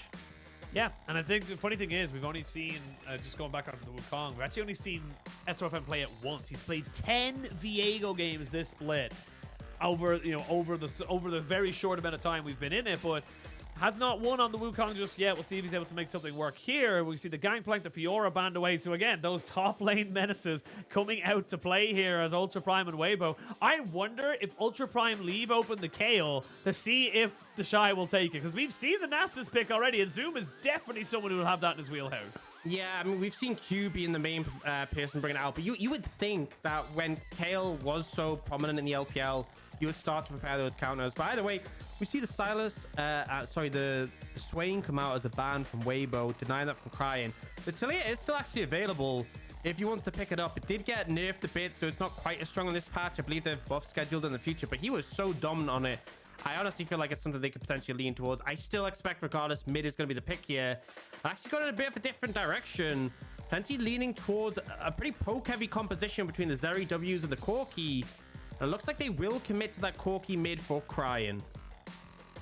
Looks like they're going to go for it and get that Corki mid going for him, something he was very prolific on. He blinds the Kayle. Do it. Pick the Nasus. Pick the Nasus. Do it. Do it. I can't talk about anything else. I need to know what he's going to do. It cripples you so much. I don't see why you wouldn't go for this. Yeah, and also it works really well into the Twitch as well. Twitch pops out. If you're in range to W him, he loses so much value with his ultimate. Oh, don't do me like this, Zoom. No, Zoom. No. No. God damn it. And honestly, it does make me wonder what the game plan is for Ultra Prime. This could be a Murder the Shy game because you have Sinzao and Sejuani. It is not fun to play against that as a melee champion in the top lane, particularly a Kayle, who is like half a melee champion early in the game. That being said, though, I feel like Weibo, the boss side of the map, this Twitch Yuumi, we've seen people bring it out as an answer to the Zeri. It is going to scale exceptionally. You have a TF for coverage. You have the best jungler in the game in Wukong. I feel like Weibo should feel confident in this one. You know, as much as the poke might be problematic, you have engaged tools. If Wukong dives on your backline with a Kayle on top, not a fun time. If Twitch pops out and Kayle ults Twitch, what is the counterplay? What is the response? What can you do? That is the question we're going to see if Ultra Prime have the answer for. But for Weibo as well, they got to make sure they cross their T's and dot their I's. They cannot just let this game slide and let the pace be dictated by Ultra Prime. If this Twisted Fate does not get out of the lane, if they are not able to, like you said, combo up those Kayle ultimates alongside the strongest jungler in the game, in the Wukong, that's where the game gets a little bit dicey. So for Ultra Prime, it's about disrupting the tempo and disrupting the pace for the side of Weibo and gating their own advantages out of the opportunities that grants them. Yeah, and I think they just have to come in. I don't know. I feel like that so much of this game is on Hacker. You know, I would much rather have a Wukong on my team. He also has the SFM also has the TF to pair up with him, whereas the Corki isn't really useful early, isn't really useful until he gets those packages or later in the game. Like Hacker, I feel like top lane is probably the best window. Top lane is where you clearly win the 2v2. I think bot lane might be a bit too volatile to go for. And one of the things I'm really scared of is everyone thinks about like Yuumi plus whoever she's laning with. Yuumi plus jungler is devastating. It's such a threatening combo. You pair up Yuumi and Wukong, like you're just gonna get CC chain for 6 seconds if he jumps on someone. And on top of that, it just means that a champion that's already hard to kill is so difficult to deal with. Well, Ignite, Exhaust, Hacker trying to get over to the wall, but recognizes he's already dead. And you know what? Yuumi gets a kill. He committed the most summoners. He gets the gold. You know, rats love cheese, right? And I feel like it's indicative that every single Twitch game, and this is true, every Twitch game, not only do we see them go for cheese, you should be going for cheese. The stealth level 1, it's such a powerful tool. We saw it in the previous series when iBoy tried to go mid and pick off Care. Obviously, Care smelt it out and managed to avoid it. But here, yeah, Hacker just posturing a bit too aggressively, not respecting the fact that the Twitch could be there. And then at this point, you're just already dead. If he flashes, he just ends up trading flashes and he ends up prioritizing keeping his own. But a good start. And it is a kill for Yuumi, which a lot of people think, oh, the support got the kill. On just picked up a Dark Seal, so already gonna have something you can stack up into this game, and items on Yuumi are never a bad thing. Never a bad thing, especially when you're able to kind of, you know, combo them up with Hwanfeng on this Twitch, as we see now a little bit of a red buff or a bot lane start, I should say, for both Ultra Prime and Weibo, with Zoom and the Shy. The Shy actually saying, I can take this trade right now because I know you do not have the stun to take me down. So it's just really smart play coming out with the Shy. Norman Kayle does not have this kind of priority at level 1. Yeah, and we have seen sometimes like the heavy level 1 trades. I remember Rich doing it against Gwen and dying. It was a clip we showed earlier today. So definitely using the opportunity, especially when you have lethal tempo, you can stack it up quite quickly against champions who can't threaten you. And Sejuani really needs like level 2, level 3 to start be able to interact well with a lane opponent.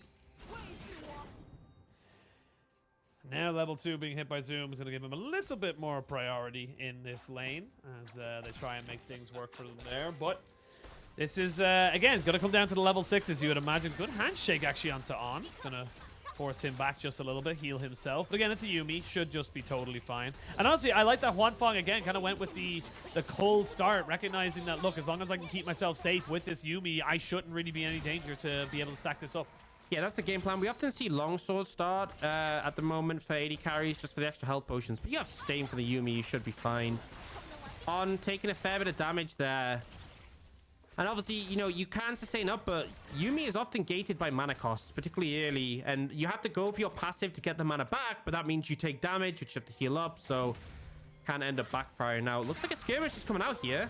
SOFM going very aggressive onto Zoom here, who will be able to get the stun down. The Shy is there, and Hacker as well, so it was a little bit of a native 2v2, but SOFM, they're still looking for this one here. They want to try and take down Zoom. They're going to be able to try and maybe burn on top of him, but the Shy goes way so far forward. He's already flashed. They're trying to turn this one around. There will be a gold card very soon. The flash forward is not even needed. They'll land the gold card into Zoom, and they will take him down. Now Cryin, with no mana, has got a blue buff, but he is being ticked down right now by SOFM. Gold card lands. Smite comes out to give SOFM a little bit more health, and that's a 4-1 in kills now for Weibo. And I'm not sure what I'm more perplexed by, the fact that the Shy flashed in there, or the fact that it worked. And we've seen a heavy trade bot, but Weibo win this. Xiaoxi, he's going to put the bailout on top of himself, but the Yuumi's already gone in, so he's not going to be able to take him out. Hwanfeng, can he get away? He can! Elk flashed forward! He's going to be slowed down. Hwanfeng thinking about it, but he doesn't want to get sold up by that empowered auto attack. But at the end of it all, Weibo just slapping Ultra Prime across the map. Yeah, now Hacker might look for a dive. They still have exhaust, though. This could be really risky, but I think Weibo might just end up back in. Oh, actually, Hwanfeng's staying for the wave. B is playing greedy, and I think it's because SOFM's there. SOFM comes and look at the item difference between junglers. SOFM just has a straight sheen over him. It's kind of ridiculous, and we're gonna get a top lane replay. So, you know, Zoom takes a lot of damage early on, which I think is the big mistake here. Over trading at the start, but they feel confident in that 2v2. The problem is they end up focusing all the damage onto the Shy, who isn't really the threat, and SOFM is just free hitting here. You know, they get the stun onto the Shy, and then Hack is like, I want this kill, but trades his life. Zoom doesn't have the damage to finish off SOFM, and Kryan ends up sacrificing himself to trade 1-for-1, but it's already such a lost play, and this is why Wukong is so strong. I don't know why you're not respecting it. If you're gonna play through that top lane, top jungle 2v2, focus the Wukong, kill him. He is the threat. Now the Shy 1, 1, and 2 got a cull as well, so he's going to be able to kind of cash that out in a fairly decent amount of time. And almost level 6 will have the range advantage very, very soon, probably in another wave or so. And this is Weibo. Honestly, the dichotomy of this particular team is so interesting because it is very much a team that can look like this on their day, where it looks like they're a top 4 team. They are absolutely indomitable. There's nothing you can do against them. And then there's other days where they just really don't know how to play the game. But right now, it's SOFM kind of showing he knows how to play the Wukong. I mean, this jungler is so strong. And you can see that the thought process was, we will get more if we give over the Wukong. I'm not sure that's the current case. Especially, like, I didn't even get a chance to talk about the bot lane 2v2. I just feel like Ultra Prime are completely mismanaging the target priority. They focused the Yuumi, they ignited the Yuumi, and then Yuumi just jumped back inside Wangfeng. And it's like, well, you've invested all this damage, all this time into killing someone who you can't finish off, and now they're looking. Destiny Gate, they've already used the cleanse here. The gold card going to come out, going to jump onto Elk. Nicely buffered though, but Chelsea, he may have the flash here, but he's going to hold his trigger finger just for the moment. So first Destiny Gate comes out, all they get is a cleanse off of Elk. Not bad for Ultra Prime. Yeah, I'm gonna say Ultra Prime managed to get away. It's a misplay though from Weibo. They should have stunned Xiaoxi, because what happened is on exhausted Elk, and then Elk cleansed that, and they're like, oh well, cleanse down. But the thing is, you know, I'm sure they're aware, they just didn't think it'd be enough of a factor. But when you cleanse, you get bonus tenacity for the next few seconds. So the stun card didn't last very long. Elk can obviously just hop over the wall. And because you didn't invest time into Xiaoxi, you don't even get Xiaoxi's flash. At least, if you'd gone for Xiaoxi with a stun card, you would have got a summoner at minimum, if not a kill. Well, Zoom back in this top side after going off of a back, but the Shy is not having any of his shenanigans. And honestly, the Shy has really favored this Kayle. We've seen good and bad games from him on this pick, but right now, the Sejuani counter isn't really doing long. It's actually 10 CS down and having a pretty horrible time. Yeah, I really don't understand the Sejuani pick, in my personal opinion, because I feel like Sejuani, if you pick Sejuani, there's a lot of like safe scaling picks you can take into it. I feel like you should be picking Sejuani, something that can neutralize an aggressive early pick and then be a team fighting prowess. Sejuani's never really going to have enough pressure to do something to Kayle, and it kind of requires Hacker to make things happen on the top side. And as you can see, they got outmatched in the first skirmish, so now Hacker wants nothing to do with top lane ever again. In fact, Hacker is just going to try and dodge Wukong for the rest of the game. SOFM now level 6. He is scary. It looks like he's going to pair up with the Yuumi on the bot side. This is the pairing that is so worrisome to face again. Oh, Xiaoxi, you don't know. You don't know, and now you're going to find out the hard way. They don't have a TP to be able to respond to this. Elk's just going to say, look, I'm going to go for the 1v1 against Wanfang. The Rat-a-tat-tat's going to come out and take him out. That Zeri is dead. Xiaoxi is also going to fall. This game is looking pretty dire for the side of Ultra Prime, and Weibo, they are just rolling over them. Yeah, I mean, at least on the other side of the map, they're looking to pick up this Herald, and they should be able to secure it.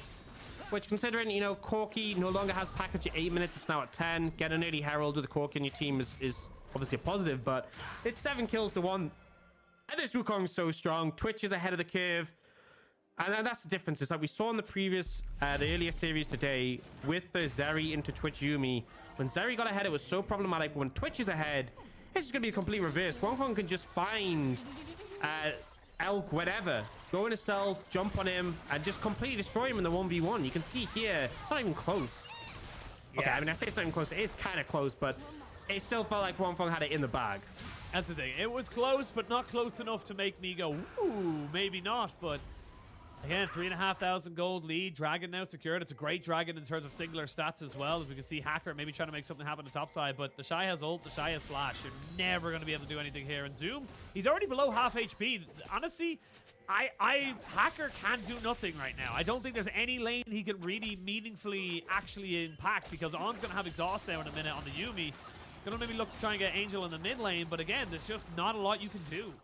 I think you could probably kill top if like no one else shows up. You have enough lockdown. Like if you dive onto the Shy, you stun him, and then Zoom follows up with the ultimate again. Like he should go down. But the problem is if you show top, and they're just gonna make a play on the bot lane in return and probably get way more than you. It's a rough position to be in, and especially as this Wukong now has Divine Sundra, he is so scarily strong. Like the first champion to complete the mythic. If SOFM gets on top of you, you just die. Yeah, Cryan is gonna unfortunately find himself in front of a Wukong who, with the Destiny Gate as well, gonna be committed. SOFM's just on an absolute tear. 3-0-4. And this Wukong proves time and time again why you just have to ban it if you're red side. There is no choice in the matter anymore. Oh, Xiaoxi. Oh, Xiaoxi. He's gonna end up going down. So is Zeri.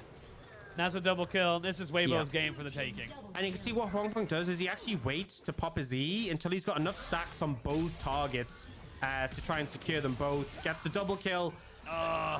You know, like I even said before, if you get on top of the Shy, proc the stun, then follow up with the ult. Instead, they just throw the ult out. They get a flash. The Shy does not care. His team is crushing across the map.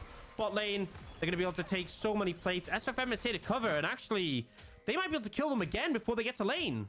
No Cyclone just yet. They will just see him over the wall. They're going to say, well, okay, something we can't do. The Shy will use his ultimate, has no flash this time around, and will finally go down. They eventually hear what you've been saying, and they do end up punishing that KO on the top side, but they invested a lot of time and a lot of resources just to get that one kill. Yeah, and at the end of the day, once again, it's a Kayle. Kayle is just going to scale exceptionally, and the rest of the team are doing so well. They will look to Herald mid, though. Get that mid tier 1 lower and give some gold to Cryan. So, I mean, all things considered, the game is in a disastrous position. At least they're doing something to try and get themselves out of this hole. But you look at the goal differential, it's 4,500. Yeah.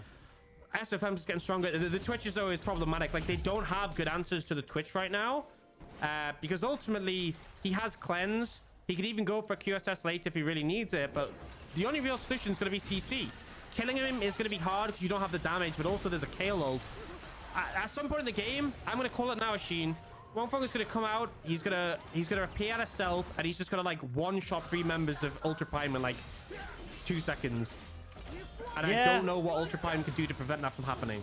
Hope and pray that there's a Crescent Guard available. I mean, that's only going to stop them killing the Xin Zhao. It's not going to help anyone else. I was going to say, it's not quite a win wall, but we will see now. Both jugglers on this top side. Hacker are going to try and see if he can maybe dissuade SOFM. They're going to put down the passive onto the Monkey King. But again, this is so powerful. Yes, you have your Gore Drinker now for Hacker, but you're already building up towards your second item here for SOFM, and he's just becoming much more of a menace than this Xin Zhao can do. And again and again, we're just seeing the power of this pick coming out. Xiaoxi is in the top side. The Destiny is going to be used. Cyclone comes out as well. The Destiny just used to kind of disengage. You do have access to the hostile takeover should you need it. There's the Destiny Gate. The Goose will get the Glacial Prison out. They flash in, trying to get onto the Shy, who they know doesn't have his ult back just yet. Hacker does have to pop the Crescent Guard, and there is the hostile takeover just to keep him alive for a little bit longer. They stunned SOFM. The wild cards are just that. Why did you stay, Hacker? You had no need, and now your damage isn't really there. Cryan trying to do a little bit, but this Wukong's too big. This Kayle is getting too scary, and they all have to back away in a 4v3. It's Weibo who come out on top. Yeah, there's no way the Hacker should have gone back in there and ends up getting taken down. Really criminal. And ultimately, as much as it looks positive for Ultra Prime, they just don't have the damage. They're 7,000 gold down. Not able to make the play happen. As this was going on, I believe Huang Feng picks the bot lane tower, so the Twitch is now hyper-fed, has the Blade of the Rune King already. And we'll see the replay. So they want to go for this initial play, but Weibo quickly realized as soon as the Destiny is popped, there's too many people there. They don't want this play to happen. The problem is the Shy ends up getting caught up and he can't escape easily. Angel does move over to try and assist, but it's this hostile takeover from Xiaoxi that really turns things around. So I believe Angel starts prepping the card, and then selects the stun card, but the hostile takeover is still going, so he stuns SOFM, which is kind of hilarious. Because obviously you have to be prepping the card before the ult comes down. But in the end, it's still Weibo winning. I can't believe Angel stuns his own jungler and Weibo still win. Yeah, with the package though, Ultra Prime do secure themselves the first dragon of the game. It is a Cloud Rift and a Cloud Soul, so you're going to have a lot of very quick rotations coming out here from Weibo. They can get Wukong into a position either top or bot using these little wind tunnels around the map. That could be very, very dangerous. You can see they can't go near him. They can't touch him right now. SOFM is a force of nature, and he needs to be respected. Yeah, I mean, it kind of after that first fight, you just can't contest him. And the top jungle 2v2 that we said Ultra Prime could come out ahead in has just never existed since then because SOFM's too strong.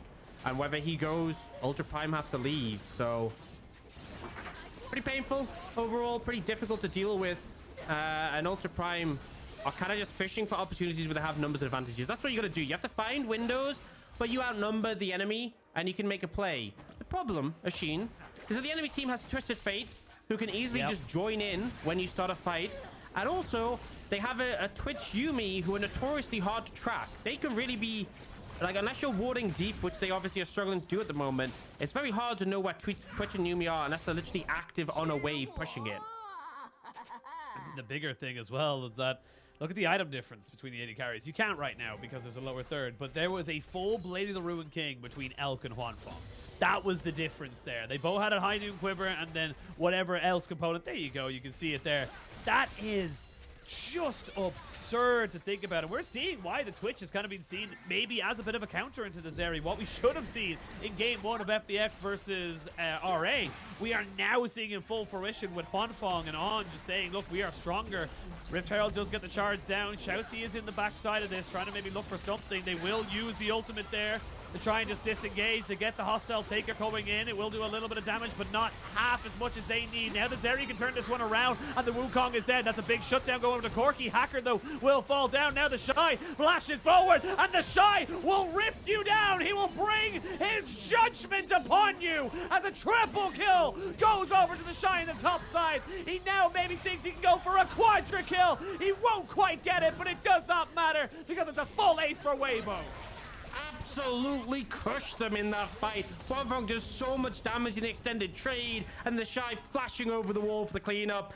Zoom joins, but the kill ult still there. There's no way they would have taken him down, but honestly, still ends up going down to the tower. But yeah, so we see the Yuumi ult hit so many people, and Huanfeng's so patient with his ultimate here. Just get some autos in a Hacker to stack up the passive. Waits until this moment when Hacker goes in, and the Crescent Guard is down. Basically does kill Hacker, gets Elk super low, and then continues the damage here, and then allows the Shy to come in for the cleanup. And bear in mind, they did all this with the Kayle ult still available. Just good ult there, or good flash, I should say, from Huanfeng. And then, The Shy uses his ult for damage. That was not a good flash. That was not a good flash because you don't die. Your ally is standing next to you with a Kayle ult. All you did is you nearly made the Shy die to the ultimate. So I'm actually critical of that flash, but it didn't matter. It's who cares? It's meaningless. I mean, but no, I disagree with the sentiment. It's a good flash. No.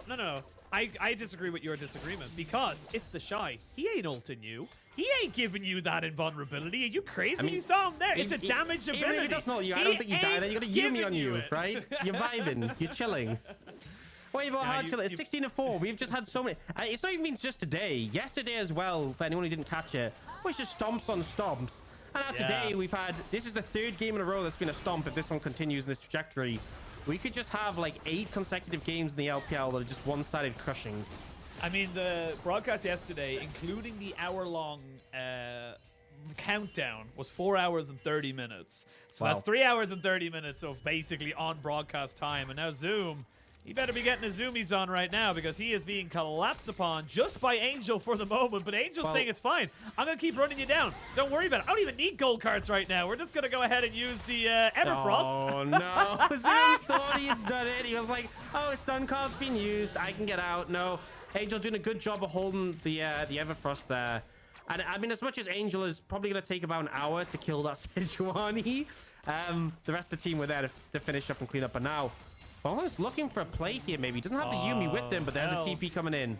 Yeah, Elk and Hacker and the rest of Ultra Prime, to be perfectly honest, need to back themselves away. The Shy has now found Shousey, who does not have Flash, has got a hostile takeover, but you don't really be using it here. Tries to right at the end, but it just doesn't get a Flash in with the Cyclone. Elk gets himself over the wall with a gold card on the back of his side, but it is still Weibo taking over this game. They're going to be absolutely menacing to deal with.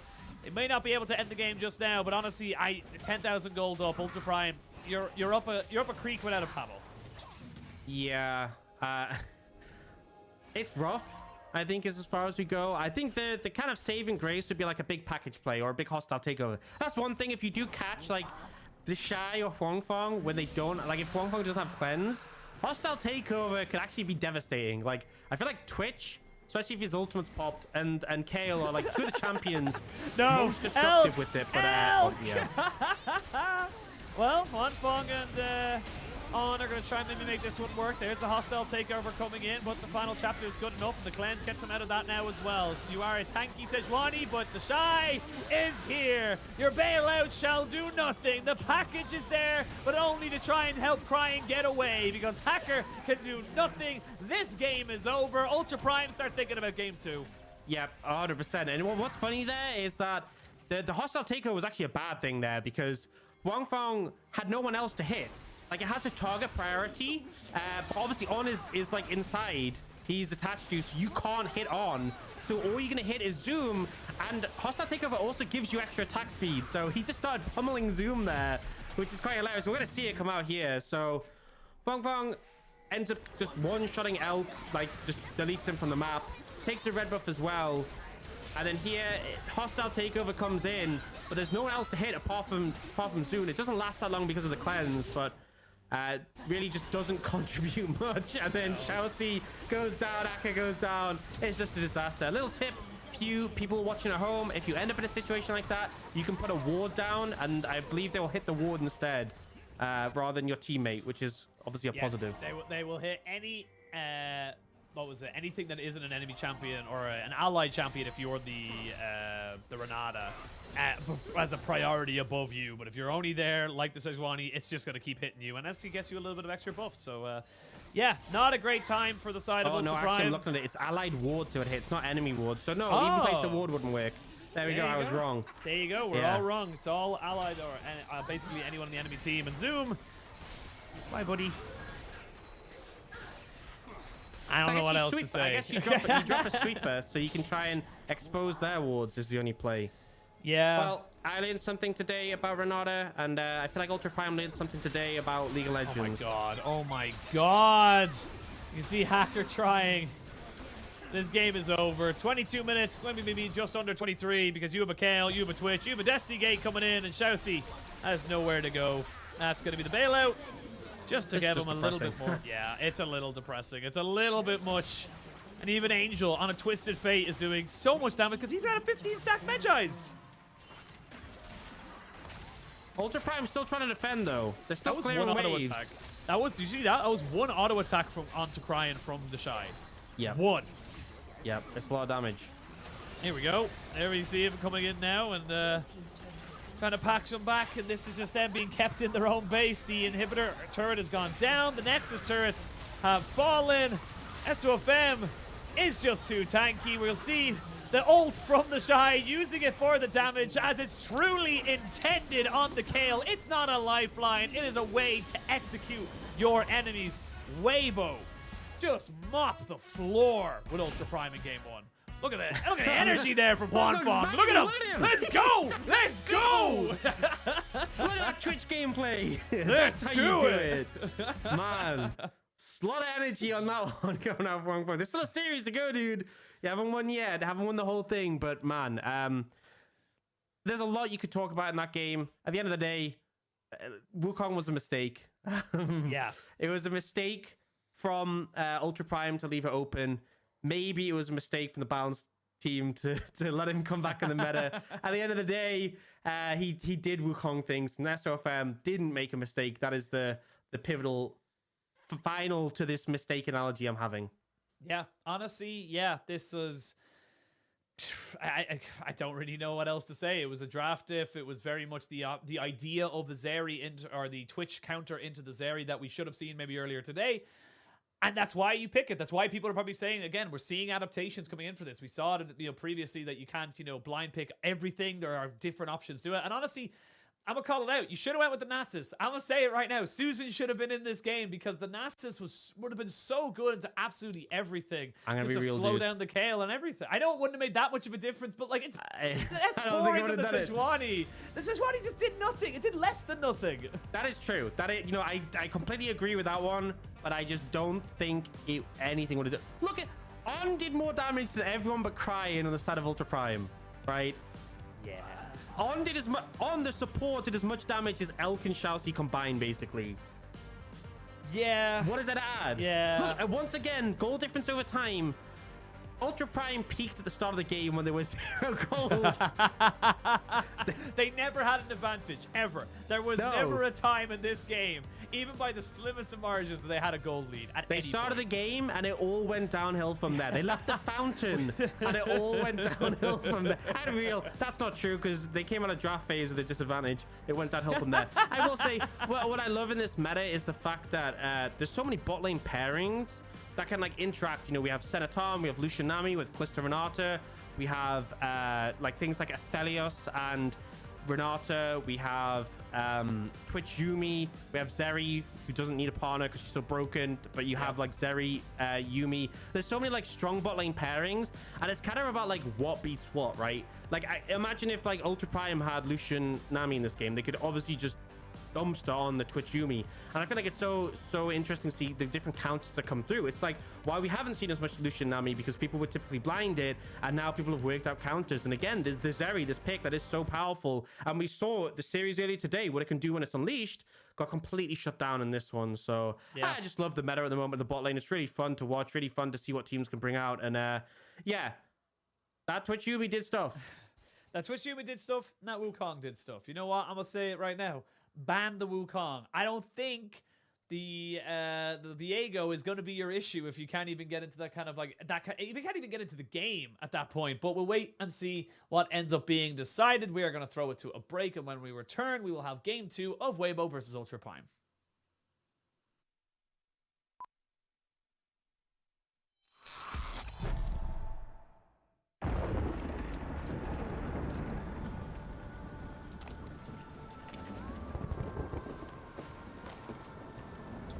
Evils, ancient and deadly, exist in every corner of the world.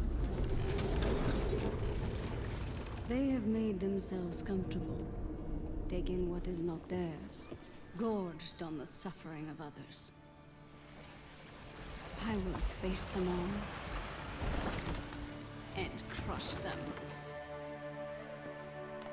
Lord of the waters, grant me swiftness for this trial.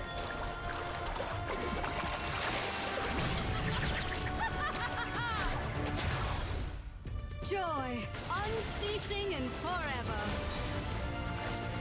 That was fast. Should I have held back? Ha! The epic of Mila does not end here. I slay foes the size of mountains. You were fine, I guess. Ha! Give me 5, demon! Ow! That was way too hard!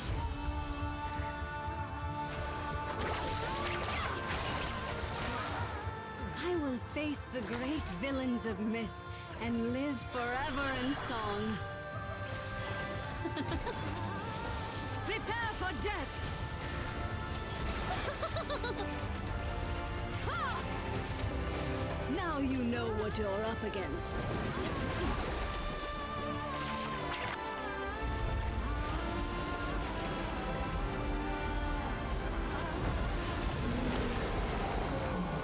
I am Neela of the 7th layer. May you find joy in the world beyond.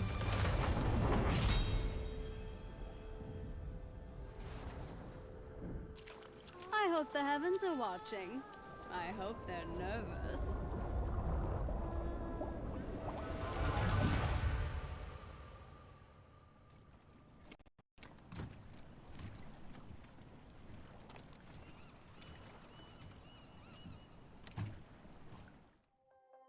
We're free.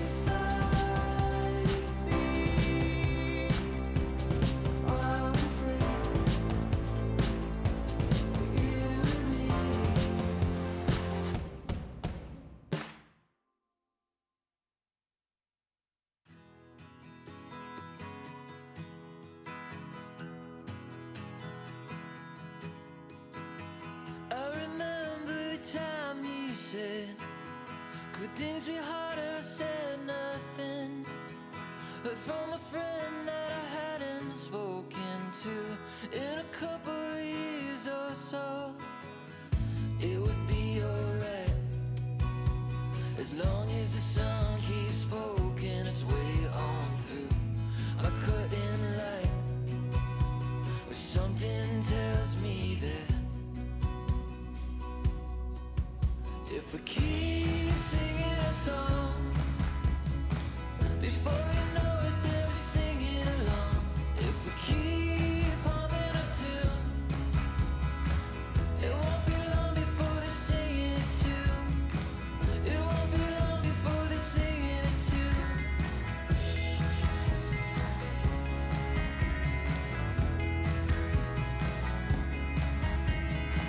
Look out my window and all I see are flowers blooming on empty streets. Sometime soon they'll be alive. Hope when they do, they sing with me. It'll be alright as long as the sun. 我评价自己的盲僧的话，就感觉看状态吧。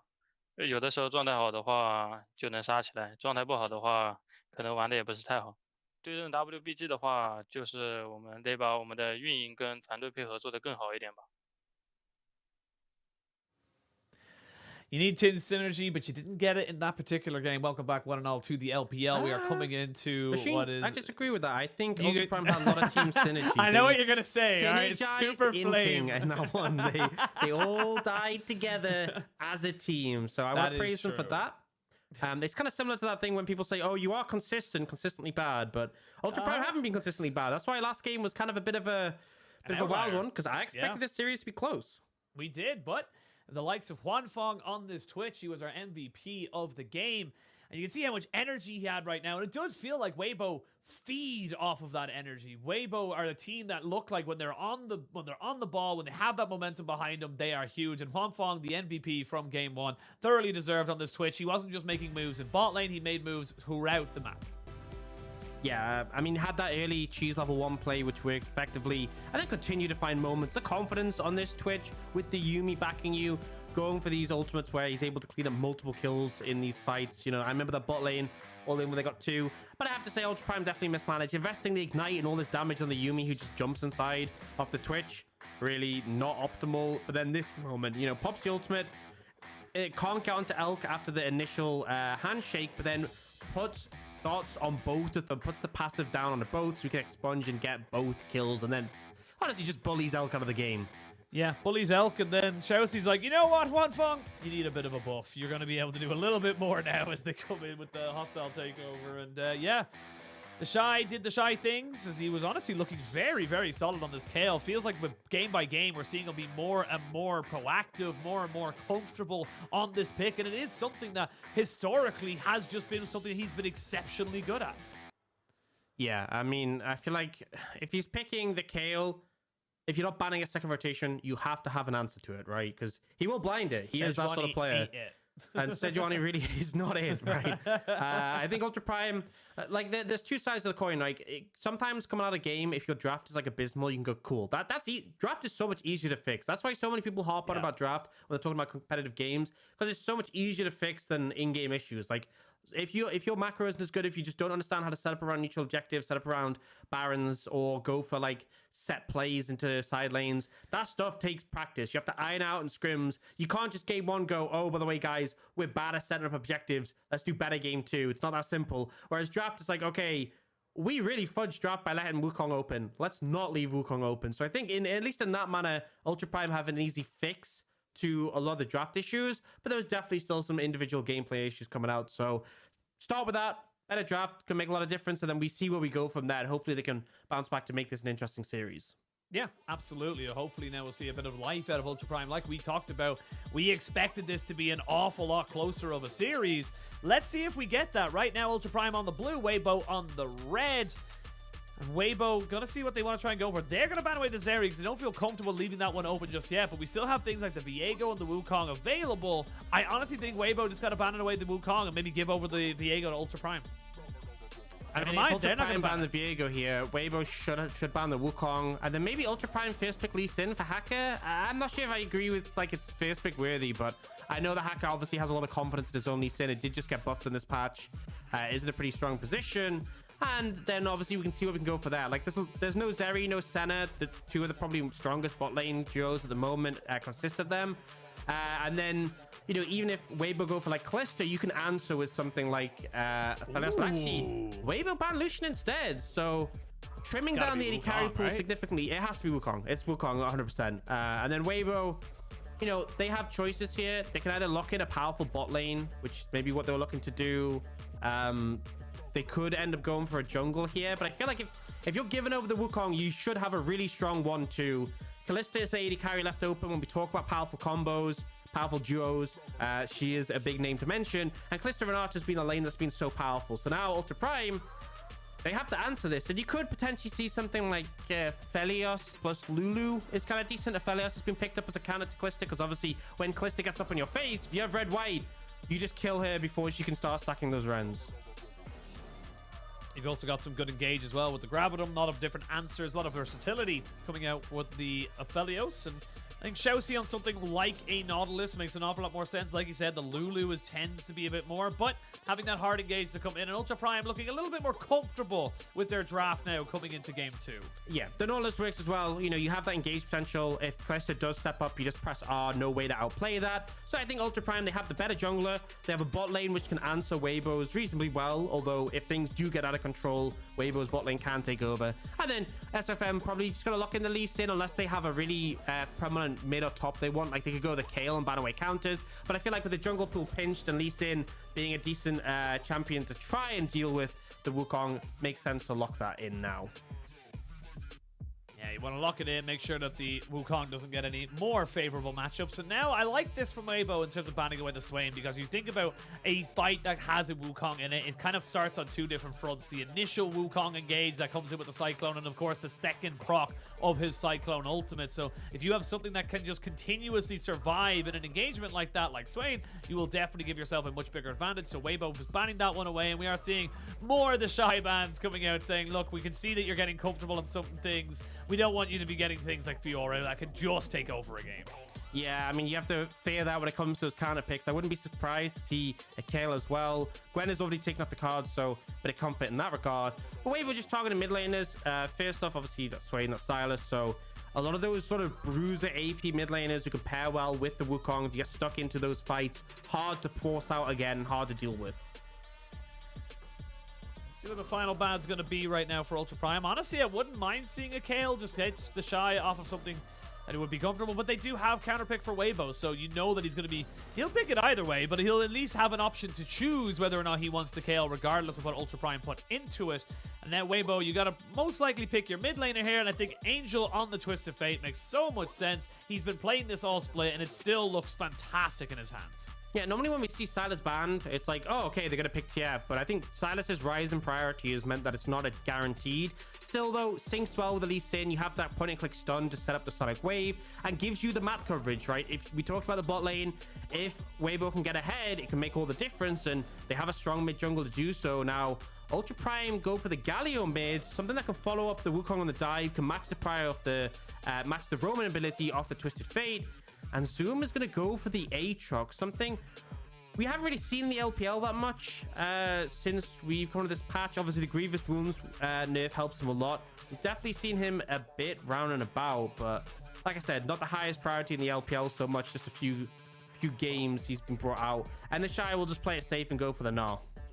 Yeah, the Gnar does give you an awful lot of good engage. It kind of, you know, enables the likes of something like the Kalista, where you're able to kind of give you that distance, get that big Gnar ultimate into a wall. And it's something like the Aatrox and a Wukong, who do want to be trying to get on top of your AD carry's face, can create that distance there as well. So I like this pickup coming out from the Shy. He's had his fun game where on the Kayle, so he's moving now onto a little bit more of a safer pick. And honestly, I think both teams should be happy with what they got. I think Ultra Prime this time around have much better options available to them. And Cryan back on an old favorite of the Galio. We know how strong he can be on this pick. Yeah, I mean, it goes without saying, like, TF is kind of the one we think of when we think of Cryan back in the RNG days when they won MSI. But Galio, functions similarly, right? You have that ability to roam. And honestly, you can even cheat roams earlier than the Twisted Fate. Twisted Fate waiting for that Destiny. Galio can just Predator pre-6, make it happen, move across the map, and be there for those skirmishes. The CC layering, the burst damage from Galio, really powerful. So I feel like once more, strong mid-jungle from both sides. The edge I would probably give over to Ultra Prime here due to the fact they have the Wukong. So it really comes down to how Weibo can match it. And then this bot lane could be a really volatile one. If the Aphelios gets ahead, the Kalista can never really step up to him. If the Kalista gets ahead, then she can just take over the lane, especially pre-6 when the Nautilus doesn't have that point-and-click answer. If you dodge away from the Dredge line, what else are they going to be able to do to you? Yeah, I think that's the big thing. I think the big kind of initiation is going to come out from Xiaoxi, and if he can make something happen with that Nautilus. We've seen good and bad performances from Xiaoxi on the Nautilus. We'll see if today is a good one, but we're going to jump onto the Rift. Predator for Cryan already got those boots, and Angel kind of saying, look, I just need gold right now. He is going full cash Twisted Fate right now and saying, I just need as much gold as I physically can get. Yeah, I mean, I think it makes sense because particularly TF gets a lot of attack speed for free from his E. It was something that was nerfed on him a while ago, so not as much as then. But like AD damage into Galio is pretty effective. You've even seen, I believe, like LeBlanc's into Galio in history go things like Doran's Blade, just because you're going to be autoing repeatedly. That's going to be main form of harass, especially as Cryan has the magic damage shield in his W. So it just helps you push. You use that AD, those autos to just consistently apply that pressure. Right. Coming into the game, we're going to see both junglers starting roughly on the top side of the map. They've got a bit of time if they want to try and change, but makes sense to be kind of starting top, pathing bot lane. This bot lane very volatile for both sides. I feel like if El can get ahead of Huanfeng, this is where we start to see the Kalista priority fall down. Kalista, fantastic if it gets ahead, but if it falls behind, you are in a pretty dire situation at that point. Yeah, I mean, momentum's going to be everything in this game. I feel like we've had a lot of scaling games today, which, you know, obviously if you get ahead with a scaling pick, then the game is just over. But in this one, there's a lot of early pressure, and Xiaoxi going in pretty confidently, but will get chunked out. Yeah, they're going to go and get Xiaoxi all the way down to about a third of his HP, so he's going to be burning through his pots immediately, so he's already losing that kind of thing. And this is why you kind of have the Kalista and Nana lane, and we haven't really had a chance to kind of discuss it at length, and this is the power you have. But tell me why we're seeing such a priority put on this specific bot lane combination. So the big thing is that one of the things that Kalista loves is extended fights. And particularly with the durability changes, you're more likely to get extended fights, back up the spears. And Renata is so fantastic at making the fight longer. You know, there's moments where Kalista is trying to get a kill and just can't get in range to rend. Renata gives you an extra couple of seconds with the W. So you get to that point where you get enough spears in, you rend, you get the reset if you have actually been taken down. It's a really powerful combo, but also in the laning phase, you have the fact that like both champions have like allied hit passives. Renata autos a target, and then her ally autos them and gets her passive again, like the bonus magic damage. And it works in reverse with Kalista's W, both lane partners auto, and they do that bonus damage. So very good for range to rest in the lane, very good to help bolster what Kalista wants to do. And then also, one of the big punishments to Renata is bursting her out before she can get someone low for a reset, and you have that safety net of the ultimate.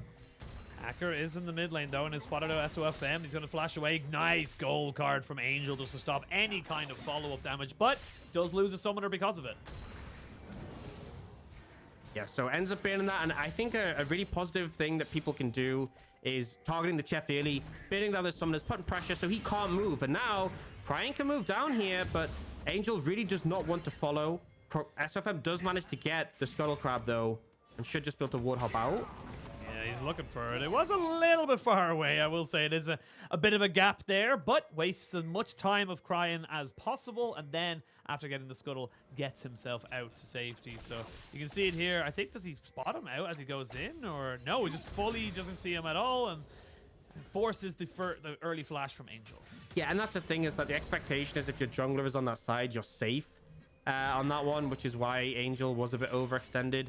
But it does mean SFM, he gets that boss side Scuttle. He can just rotate up here and would have been able to pick up the Scuttle on the top side. He's just going to check Wukong's not behind him and will take that one. And now Hacker, he's down in farm a little bit. Oh, big play. Massive move there. They flash in on the Huanfeng, but a good handshake just moves everyone back away. So you invest a lot. You don't really gain a lot apart from some health bars traded, but good move there from Ultra Prime's bot lane. Yeah, they try and make something happen, but no summons burn, so Weibo going to be completely happy with this. More than comfortable in this position. And it's just a flash burn from Xiaoxi. Now, SFM still has like his red buff up on the top side. I'm not sure if he's assuming it's been taken, and that's why he's not going towards it, but Hacker is going to challenge him in the jungle. He's going to challenge him now. No smite here for SOFM. Smite available for Hacker, but Hacker does not know that, so he's going to back himself away and just recognize that he does not have priority in bot lane to really make that play work. Yeah, and I mean, that's the thing, is so far, bot lane has been going positively for Ultra Prime. We'll see if that can change further on, but SFM tracked quite heavily in his jungle, will be spotted out here. So they obviously, Ultra Prime's bot lane know that he's there, shouldn't go too aggressive in this situation. And it looks like Weibo's bot lane just trying to get a reset off. Trying to get a little bit of a reset going for themselves as On clears out the little bit of vision that has been picked up. Now SOFM maybe trying to see if he can get a reset coming in here now, go towards the top side of his jungle, maybe pick up something there. The funny thing is, despite him not taking his red buff, he hasn't actually lost anything just yet. So he's actually ahead on farm, about 2 or 3 or so camps actually at this point. So Weibo doing fine in this situation, even if they are ignorant of the actual information itself. And I think it's because Hacker spent more time trying to chase kills or invade SOFM than just clearing through his jungle. So in a bit of a net negative here, which obviously isn't ideal on the Wukong. We obviously saw that previous game what Wukong could do if he finds the early skirmish and gets ahead.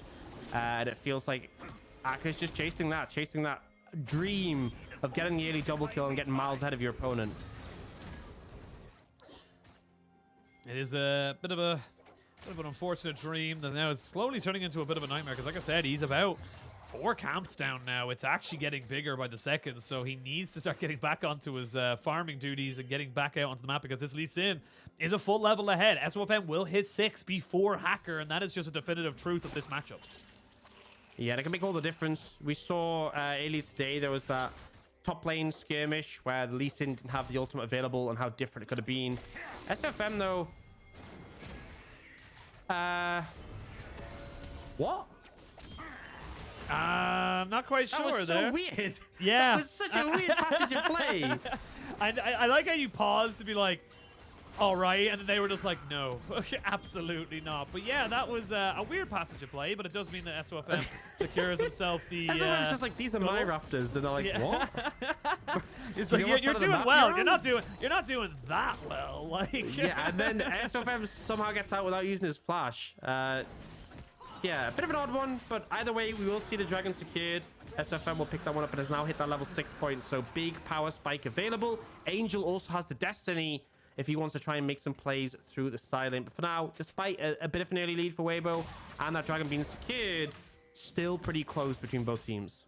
And you can see as well, with Hacker almost level 6, he's going to have to take away the blue buff, give himself that big power spike. And look, you don't necessarily need to give it over to Cryon on the Galio. Would be nice, of course, if you want to try and get him to play the waves as much as he possibly can. But Hacker's saying, look, XP, dude. I was going to say, at this point, he's like, I need my level 6. I'm sorry, you can't get this. And Angel does have the flash available again, so gonna have to do a lot of work to try and find another window. I do like that the target in the mid lane. I feel like you target the TF rather than a lane that he can roam to, but they're not going to find anything. And you know, that flash they got earlier, there's always the argument that, okay, if Angel doesn't have flash, he's not able to move in the skirmish, he's not able to play as aggressive. Sure, that's completely true. But if you don't punish him, if you don't get something out of it, then really, what was the point of being in that summoner? Yeah, that's the big thing. It's yes, you burn the flash, that's all well and good, but we look across the map, it's actually Xiaoxi the only one without his flash right now, and Weibo are happy chilling right now. They are giving themselves a nice little bit of a calming start, and for Weibo, you know, previously the Suning lineup that went to the 2020 World Finals up against Damwon, this is an organization that wants to see success. And I think with the roster they built at the start of 2022, this is a roster that very much was built to find that kind of, you know, redeeming success, get themselves back up into the World Championship, and maybe even contest for an LPL title. I mean, I think a lot of people look at this roster. I think they had faith that potentially the old Suning roster could be really capable. Add the Shy in. How do you think it makes sense? And they even started the split pretty effectively. One of the 2 teams to take down V5 in the regular season, but just couldn't follow through. And I think inconsistency is something that has heavily plagued this lineup so far this year. You really just on the day don't know what form of Weibo you're going to get. and who's going to step up and who's going to underperform. We'll say for the time being, the Shy is having a great time top lane, applying the pressure on the Gnar. Has a CS lead mid lane. Angel also has a CS lead. He's close to cashing in the Cole. We have Cole gaming from both solo laners. Weibo are just farming, and across the top side of the map, they are pulling ahead as a result. Yeah, just big farm leads in top and jungle. Mid has a little bit as well. I will say bot lane's a little bit falling behind, but of course we have seen On roaming around a little bit, and he's also freezing the wave as Huanfeng right now. Don't think he's going to be able to freeze it too effectively. It looks like they are set up ready to go, but we're going to look at On, who's already got himself the hostile takeover, so he's looking to try and maybe roam around, set up around this dragon in 2 minutes time. Yeah, and that ult can be really impactful here because you're against 4 melee champions and an Aphelios who is quite short ranged. Like, especially as a lot of the team of Ultra Prime want to try and dive you. Like the Aphelios will function well if you get up in his face, but if you're trying to dive Weibo, they have so many anti-dive tools. It's another reason why this Kalista Renata is so potent is because they are like the premier anti-dive combo. If you try and get on top of this bot lane, On can create space for Kalista. Kalista can just kite you. As long as you don't burst them out quickly enough, they should be able to just create space and just hammer you down. And as long as Huanfeng and On do not give over a kill here, you can see in top lane, the Shy is just forcing an early back from Zoom, and that's going to mean a tower play or two for the Gnar. He's already 20 CS ahead. He's getting himself into a very powerful position. We're already, regardless of the lack of kills, it's a 2,000 gold lead or just under it because of the advantages that Weibo have just found themselves in their solo lanes. Yeah, and Aatrox hasn't really been doing too much so far. We'll do a bit now. Shy should just be totally fine to try and trade that he can one just back. hop out. But yeah, he'll hop out and he'll be fine. But he's already pushed it in the wave, which means he knows he gets a free reset. He's not going to lose anything off of that. And honestly, you go back and pick up the makings of his first item, if not like the whole thing. He's got himself a fairly decent lead. Yeah, and he's going to cash in the call. We've already got Angel has done his, so he's got the Everfrost available. Plus picked up a dagger as a bonus. No, I feel like Weibo are fine with the pace of this game right now. I do want to see some proactive play come out from either side, just in all honesty. But I think Weibo has shown that they will just... LPL, of course we want proactive play. But ultimately, at the moment, Weibo are kind of fine with how the lanes have played out. And they'll be able to come in the mid-game and really hit hard. I think 2 items for TF is big. When he gets a rapid fire cannon, 2 items for Huanfeng is big. Normally, it's shield bow into Ginsu's. That is pretty powerful. This is unfortunate timing there for Ultra Prime. They're going to drop down the Rift Herald in mid. It's only going to pick up the 2 plates, if even, because they're not even quite there. They haven't got a minion wave to kind of escort this one up, so it will end up getting its charge off. So 2 plates goes over to Hacker, but just the difference we've seen in Game 1 compared to Game 2 with the power that this Wukong has had in Game 1 for Weibo, which it just doesn't seem to have for Hacker right now. And honestly, I think Weibo are doing a very good job of saying, we know how to mitigate this pick. We know how to kind of work with it. I will say Hacker did spend a lot of time looking for opportunities that he just never found. But with Dragon now alive, they maybe try and make something work here. There's got some pretty decent vision control here to Ultra Prime, and Weibo are going to have to try and face check if they want to make something work. Oh. Well, they're looking for something here. They're going to get the hook down. There's the hostile takeover. Xiaoxi will keep himself alive just barely. The ignite will not be enough, but the gold card on the Zoom is going to keep him locked in place. Hacker does not get the knock up onto On. As he flashes away, the Destiny Gate is coming out here. The hook will land onto the Shy, who can't hop his way out of this one. And the Shy just does the Shy things, and he gets himself killed. You can see he was getting close to the Mega Gnar, and he wanted to be in position to try and make it happen, but he just gets turned on. Great target selection from Ultra Prime.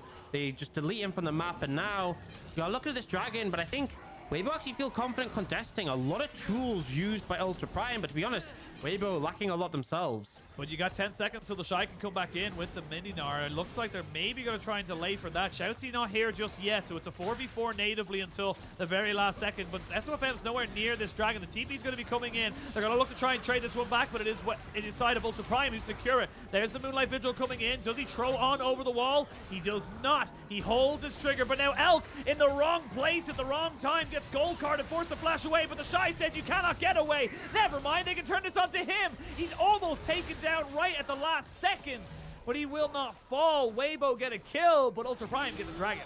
Yeah, I think Ultra Prime are happy. They got the dragon. They traded 1 for 1. The Shy TP's back in to nearly die again. That was a bit of a close one, but in the end, does manage to survive. It's 2k gold lead for Weibo right now. they're still the ones who have that advantage. But Ultra Prime managing to find the window win, I think, is the main one. And disengaging effectively. I think that was the concern, is that maybe the cleanup kills could have been problematic. And you see, I think it's fantastic moves from Cryin just to completely zone away SOFM. Doesn't let him get close to the dragon. But then SOFM, this kick flash, essentially connects with 3 people.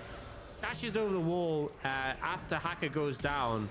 And that's the positive play. But ultimately, Elk managing to survive with the Shy so close to getting the kill. But the healing comes in with Severum, and he has to just instantly disengage.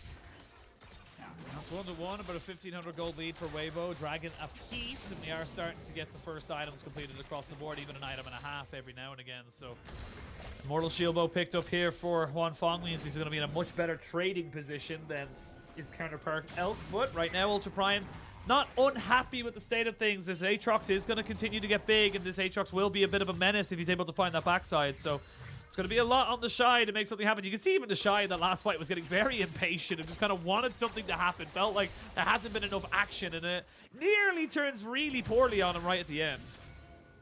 Yeah, it got a little bit tentative now. Oh, On could be in trouble. On could be in trouble. On is in trouble. There is the hostile takeover. The bailout will be good just to keep him alive for a couple more seconds, but that just donates the kill over to Elk. While that's happening, though, you do have a push in bot lane for Weibo. They should be able to pick up this turret, and it will be the first turret of the game for them if they're able to do it. SOFM, though, not willing to let this Rift Herald go just yet. A lot was kind of invested to kill off On there, as we can see the Shy. Now we're going to see the ultimate used by Zoom. He's going to be able to hop himself away, though, as the Shy nearly mega needs to respect the damage coming out from this Everfrost Galio. Yeah, and I think at this point, Weibo know they can't really contest the Herald. SOFM's not going to try and steal because it'd be very difficult to get out again. That's a good pick from Ultra Prime. They're starting to make more proactive plays. We're starting to see some positive gameplay. And as much as it's still first tower for Weibo to keep them ahead in gold, Ultra Prime are trying to make this competitive, especially after that first game where Weibo stomped them so handily.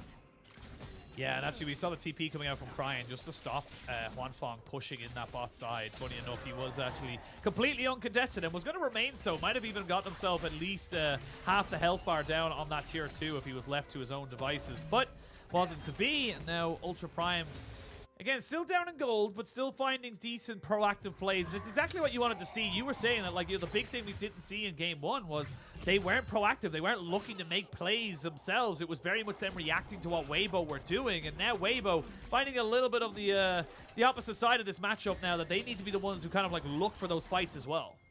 Yeah, and I think this is a point where, I mean, bear in mind, Angels just completed his second item. Chef obviously gets extra gold because of his passive. He also has got the inspiration tree. I didn't see if he went Futures Market, but had the cold cash in. So for all these things, like, he has 2 items completed. A lot of people have just completed their first, so this is the TF being really powerful with those long-range stun cards. I think Weibo are in a position where they can start to challenge. They're about 3,000 gold up, Dragon in a minute. I want to see them make fights happen and start to pick apart Ultra Prime. Well, looks like it's going to start with the mid lane. Shelly's going to get another bop into that mid lane and should be taking that turret down. The Gravitum good onto On, but the hostile takeover is good as well. Going to see Elk having to cleanse because he was going to do a hell of a lot of damage onto his mid laner. So, not to be outdone, we may see Hwanfeng go for a little bit of an engage, but they need to disengage because they didn't realize that everyone was clumped up and they're all looking for the fight right now. But with the Gale Force, or excuse me, the Galio ultimate and the Cyclone use, Hwanfeng will finally fall down. Cryin will be the going into stasis as Wukong does lose his life. Now it's all onto the Shy if he can get up into Mega, but he cannot get on top of everybody. He's trying his hardest. Angel is getting so much work done on the backside of this fight, and right now it's all about the solo laners as a triple kill comes in for the Shy. Solo laners come up huge for Weibo. The Shy just doing so much damage in the fight. Angel with the repeated stun cards, and I'm going to be real, Weibo bot lane kind of ran it. I mean, in particular Hwanfeng, but it just didn't matter. They were able to find the fight in that sort of situation where everyone was getting up close and personal. And Weibo, I said I wanted them to see them take a fight, and they find it. So, you know, the bit I'm critical of is this initial start. Hwanfeng, it's a Renata. Throwing a Renata into start a fight is not the play, but despite that, he walks up as if he's going to. Shalcy ults him, and then they're ready to dive. The Renata W comes in, and then what ends up actually happening is it times out, so he gets killed off by Cryin. So Hwanfeng, not the greatest performance, but the Shy, in the meantime, he's just decimating everyone.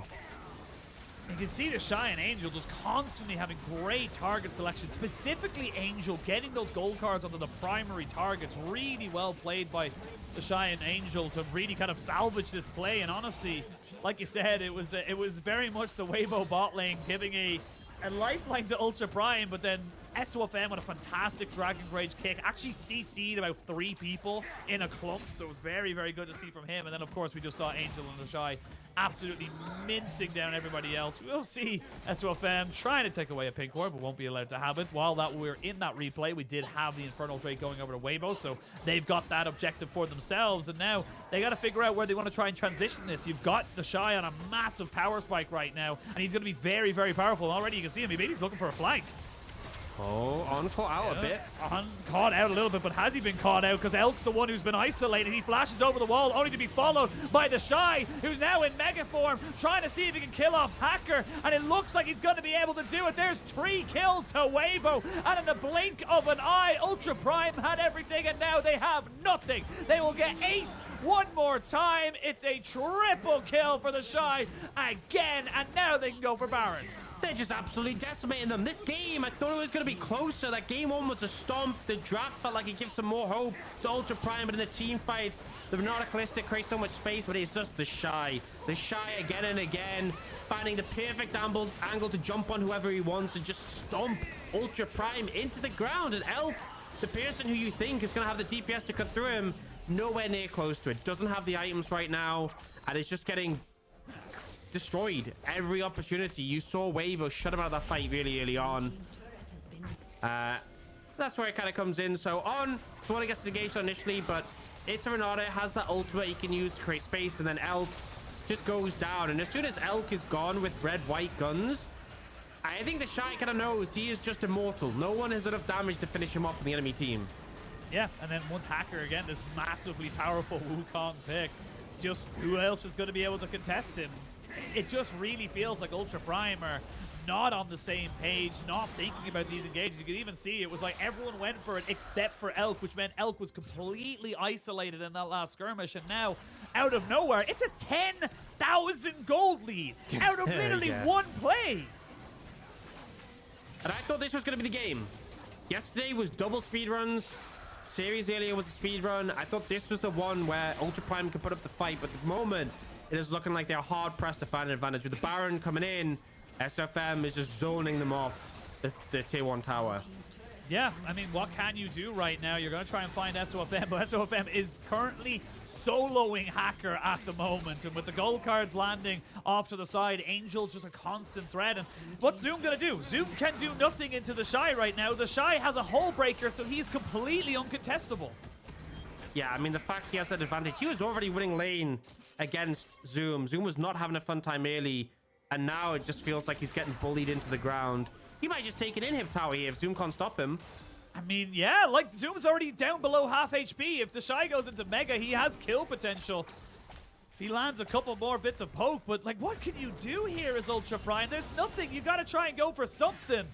The Shy will end up using his ultimate to keep that cannon alive. That cannon's name is George, and he is putting in work onto this turret. In fact, uses that cannon minion to take it down. And yeah, I think Weibo just, they can't put a foot wrong right now.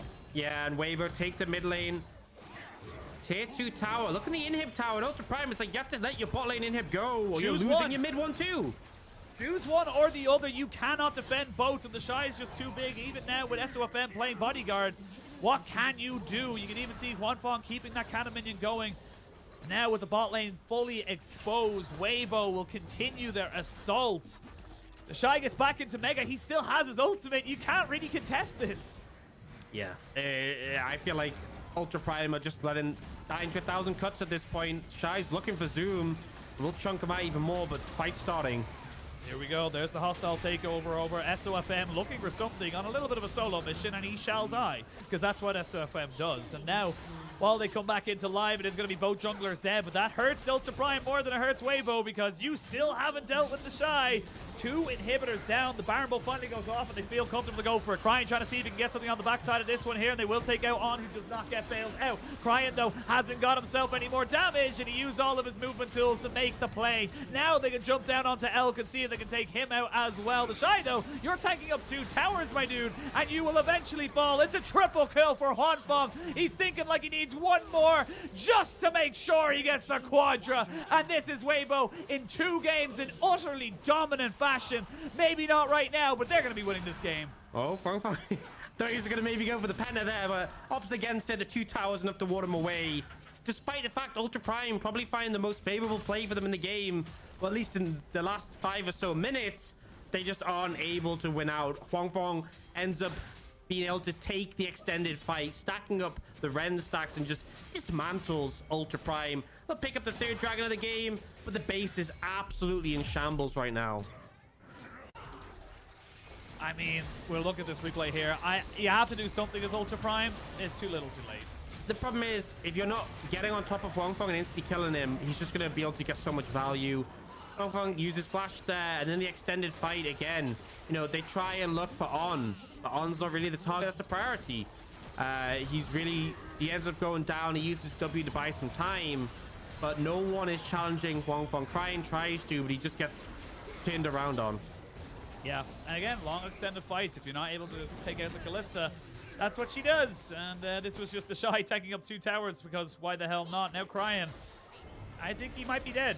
Actually, you know what? I'm going to go from think he might be dead to he is absolutely, without any shadow of a doubt, going to die here. It's just about who gets it. It is the Shy who picks it up. Now we have our target for who they want to get the pentakill because already 1 kill has gone down. There's the flash in with the hook. It doesn't land, but the dredge line doesn't need to be needed as they do get a kill onto Angel. There's going to be a disengaging ult from the Shy. Weibo are just having fun with their food. They just waited for the waves to come in. There's a flash kick onto Elk as he tried to get soloed out, but he's got himself red and white, so he's ready to fight. They will eventually take down SOFM, and the Weibo, they're having a bit of fun. It's On and Hwanfeng who are trying to make this one work for their team.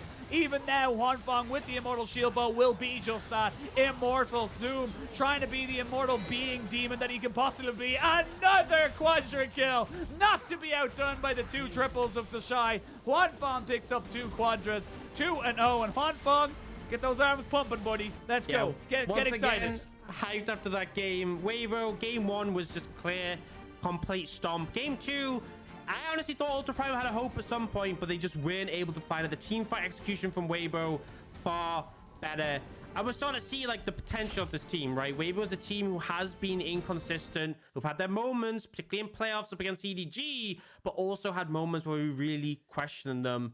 This was a day where there were no questions. It was just Weibo dominance. Yeah, it was just Weibo from start to finish, and I think this unfortunately for Ultra Prime, kind of leaves open a lot to be desired. This was against a team that we would have argued would have been very close to them in the standings, would have been a team that they should have been able to give up a bit more of a fight. But honestly, it just felt like at every turn, at every point, there was just nothing for them to get done. And yeah, there's just, what else can I say other than, yeah, Weibo were the better team in every fashion.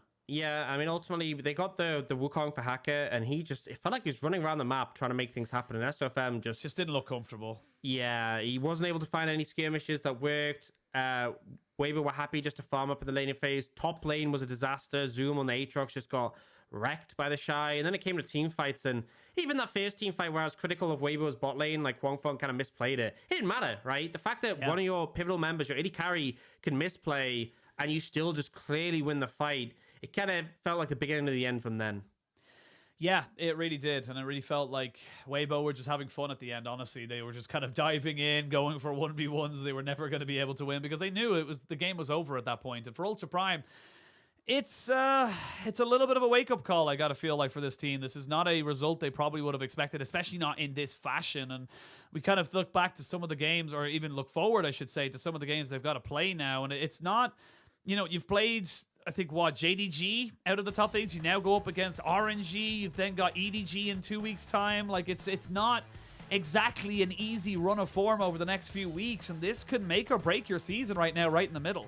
Hey, we have the similar goal graph, though. I mean, I think the thing is that Ultra Prime got the early dragon, and that kind of gave us some hope. But if you look at the goal graph again, like, they fell behind, and they never got the goal lead back. But they kept it even for longer. You can kind of see that, like, there wasn't too much of a lead from Weibo until they just hit that point where they just were like, yeah, the game's ours. And yeah, they literally 10,000 out of Shy. nowhere. I mean, the Shy is just such a DPM player. Like, I remember last split, like, even though he was spamming Sion for such a long time, he still had like the highest. 7%. He had the highest DPM of any top laner in the league, despite the fact he'd played so many Sion games. He is just a I will do damage player, and in this game on this Gnar, he really did work. This is the Shy. This is peak the Shy, right? You know, there's definitely games. You may that not maybe like one comes it. to mind where he's a little bit less peak the Shy, we'll say. Even had a little but bit of crit right at the end. Yeah. Just picking up that I zeal, mean, just be like, he was little bit going of all crit. out. Death Stance. I mean, honestly, Death Stance was a pretty big pickup for either team because there's so much AD damage. The mid laners really don't have too much. They're kind of those facilitator CC picks. So I think the Shy just kind of realized he could achieve immortality. Yeah, and look, you know, we obviously meme on the Shy. He does do some fairly off-the-wall things that happen in games, but you cannot deny that this man is still 100% class regardless of what team he's in, regardless of how he's performing, because he always performs. He always, as you mentioned last split, even last year, he was still looking at one of the highest DPMs. You know, this is a team that I feel like when they can play together like Weibo did today, this is a team that could challenge pretty much anybody. I would love to see this team just keep it consistent. That's always going to be the biggest issue with this team. I know, that's the problem. It's never going to happen. I tell you what, if though, this team was consistent, this is like a top 4 team in the LPL, like without a doubt.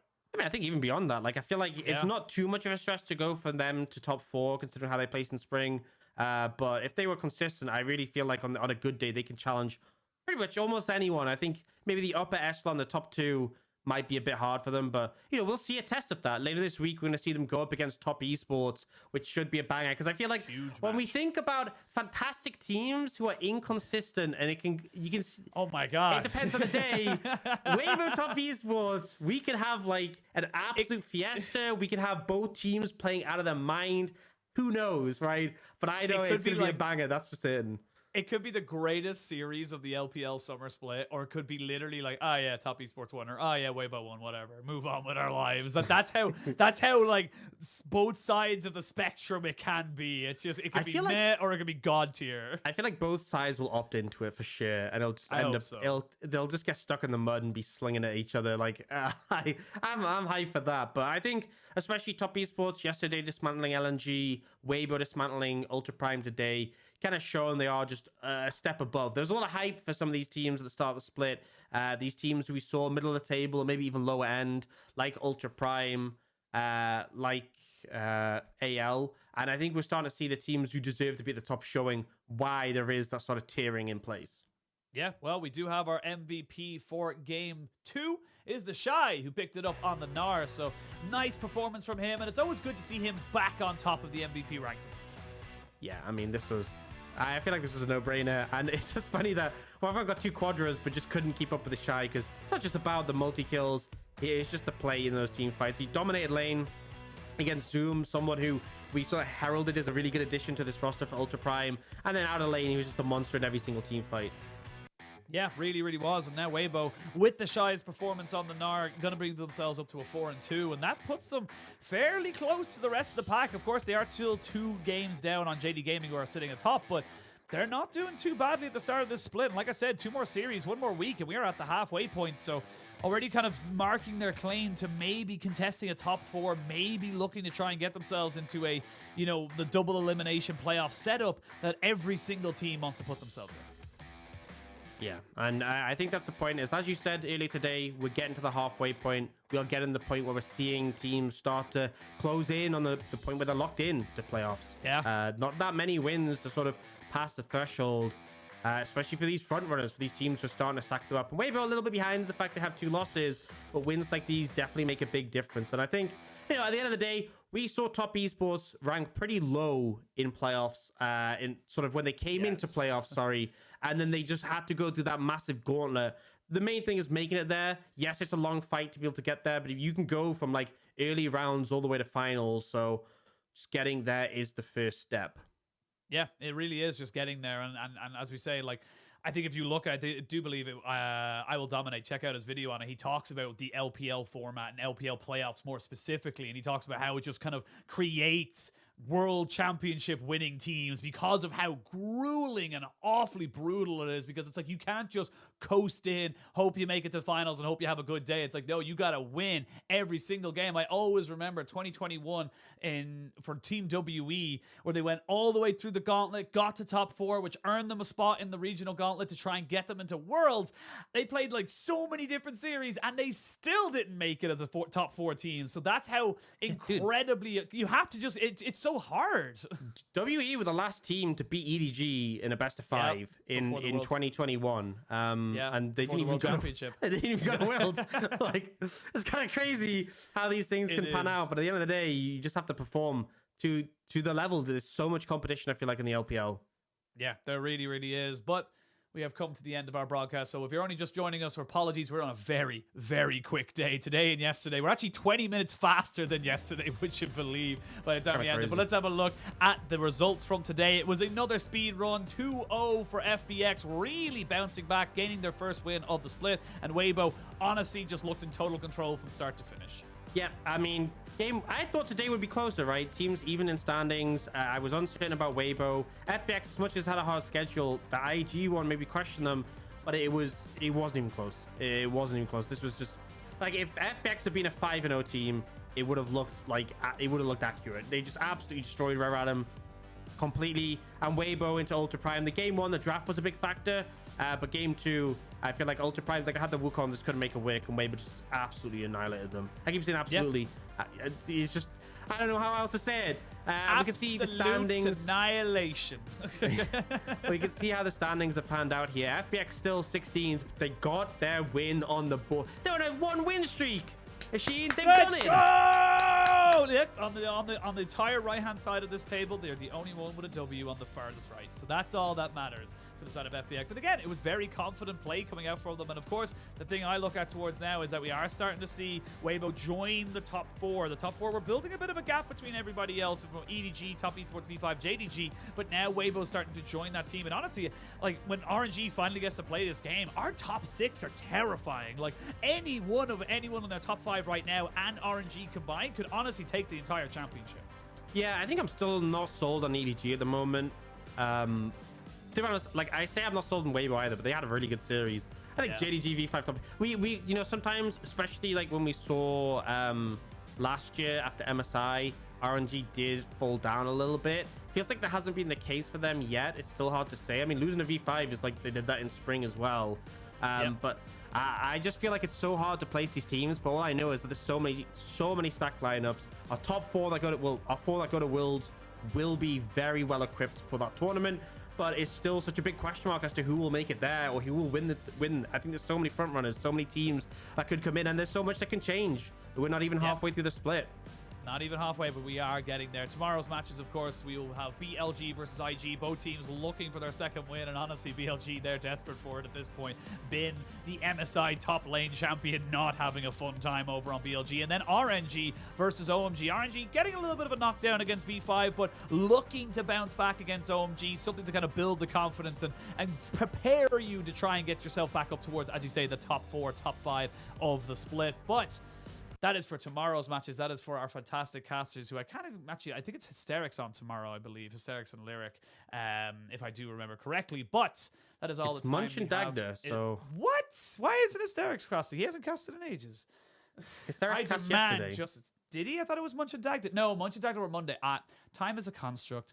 I don't believe in time. I just know that I need to be online for LPL at a certain time. And so do you. Go check the schedule, bro. I check my days. I get up at the same time. I won't lie. I get up at the same time every day, and then I check to see if I'm casting, because I'm like, I can't remember what day it is sometimes. It's a little bit funky. But I do say with us casting every day of the week, or like LPL every day of the week, it is sometimes difficult to know what day. There's definitely times where I've woken up and I'm like, oh, like not woken up. I'm later in the day. I'm like, I'm gonna go to the shops, and it's a Sunday, and I'm like, oh yeah, it's a Sunday. The shops are closed. Oh, great. Yeah, exactly. Well, that is all the time we have for today. It's a Wednesday, so you can go to the shop today. We are going to say thank you to everyone who has been watching us. And of course, thank you, Ox, for joining me. And thank to everyone behind the scenes who makes this production possible. We will be back tomorrow on the same channel at the same time. We'll see you then.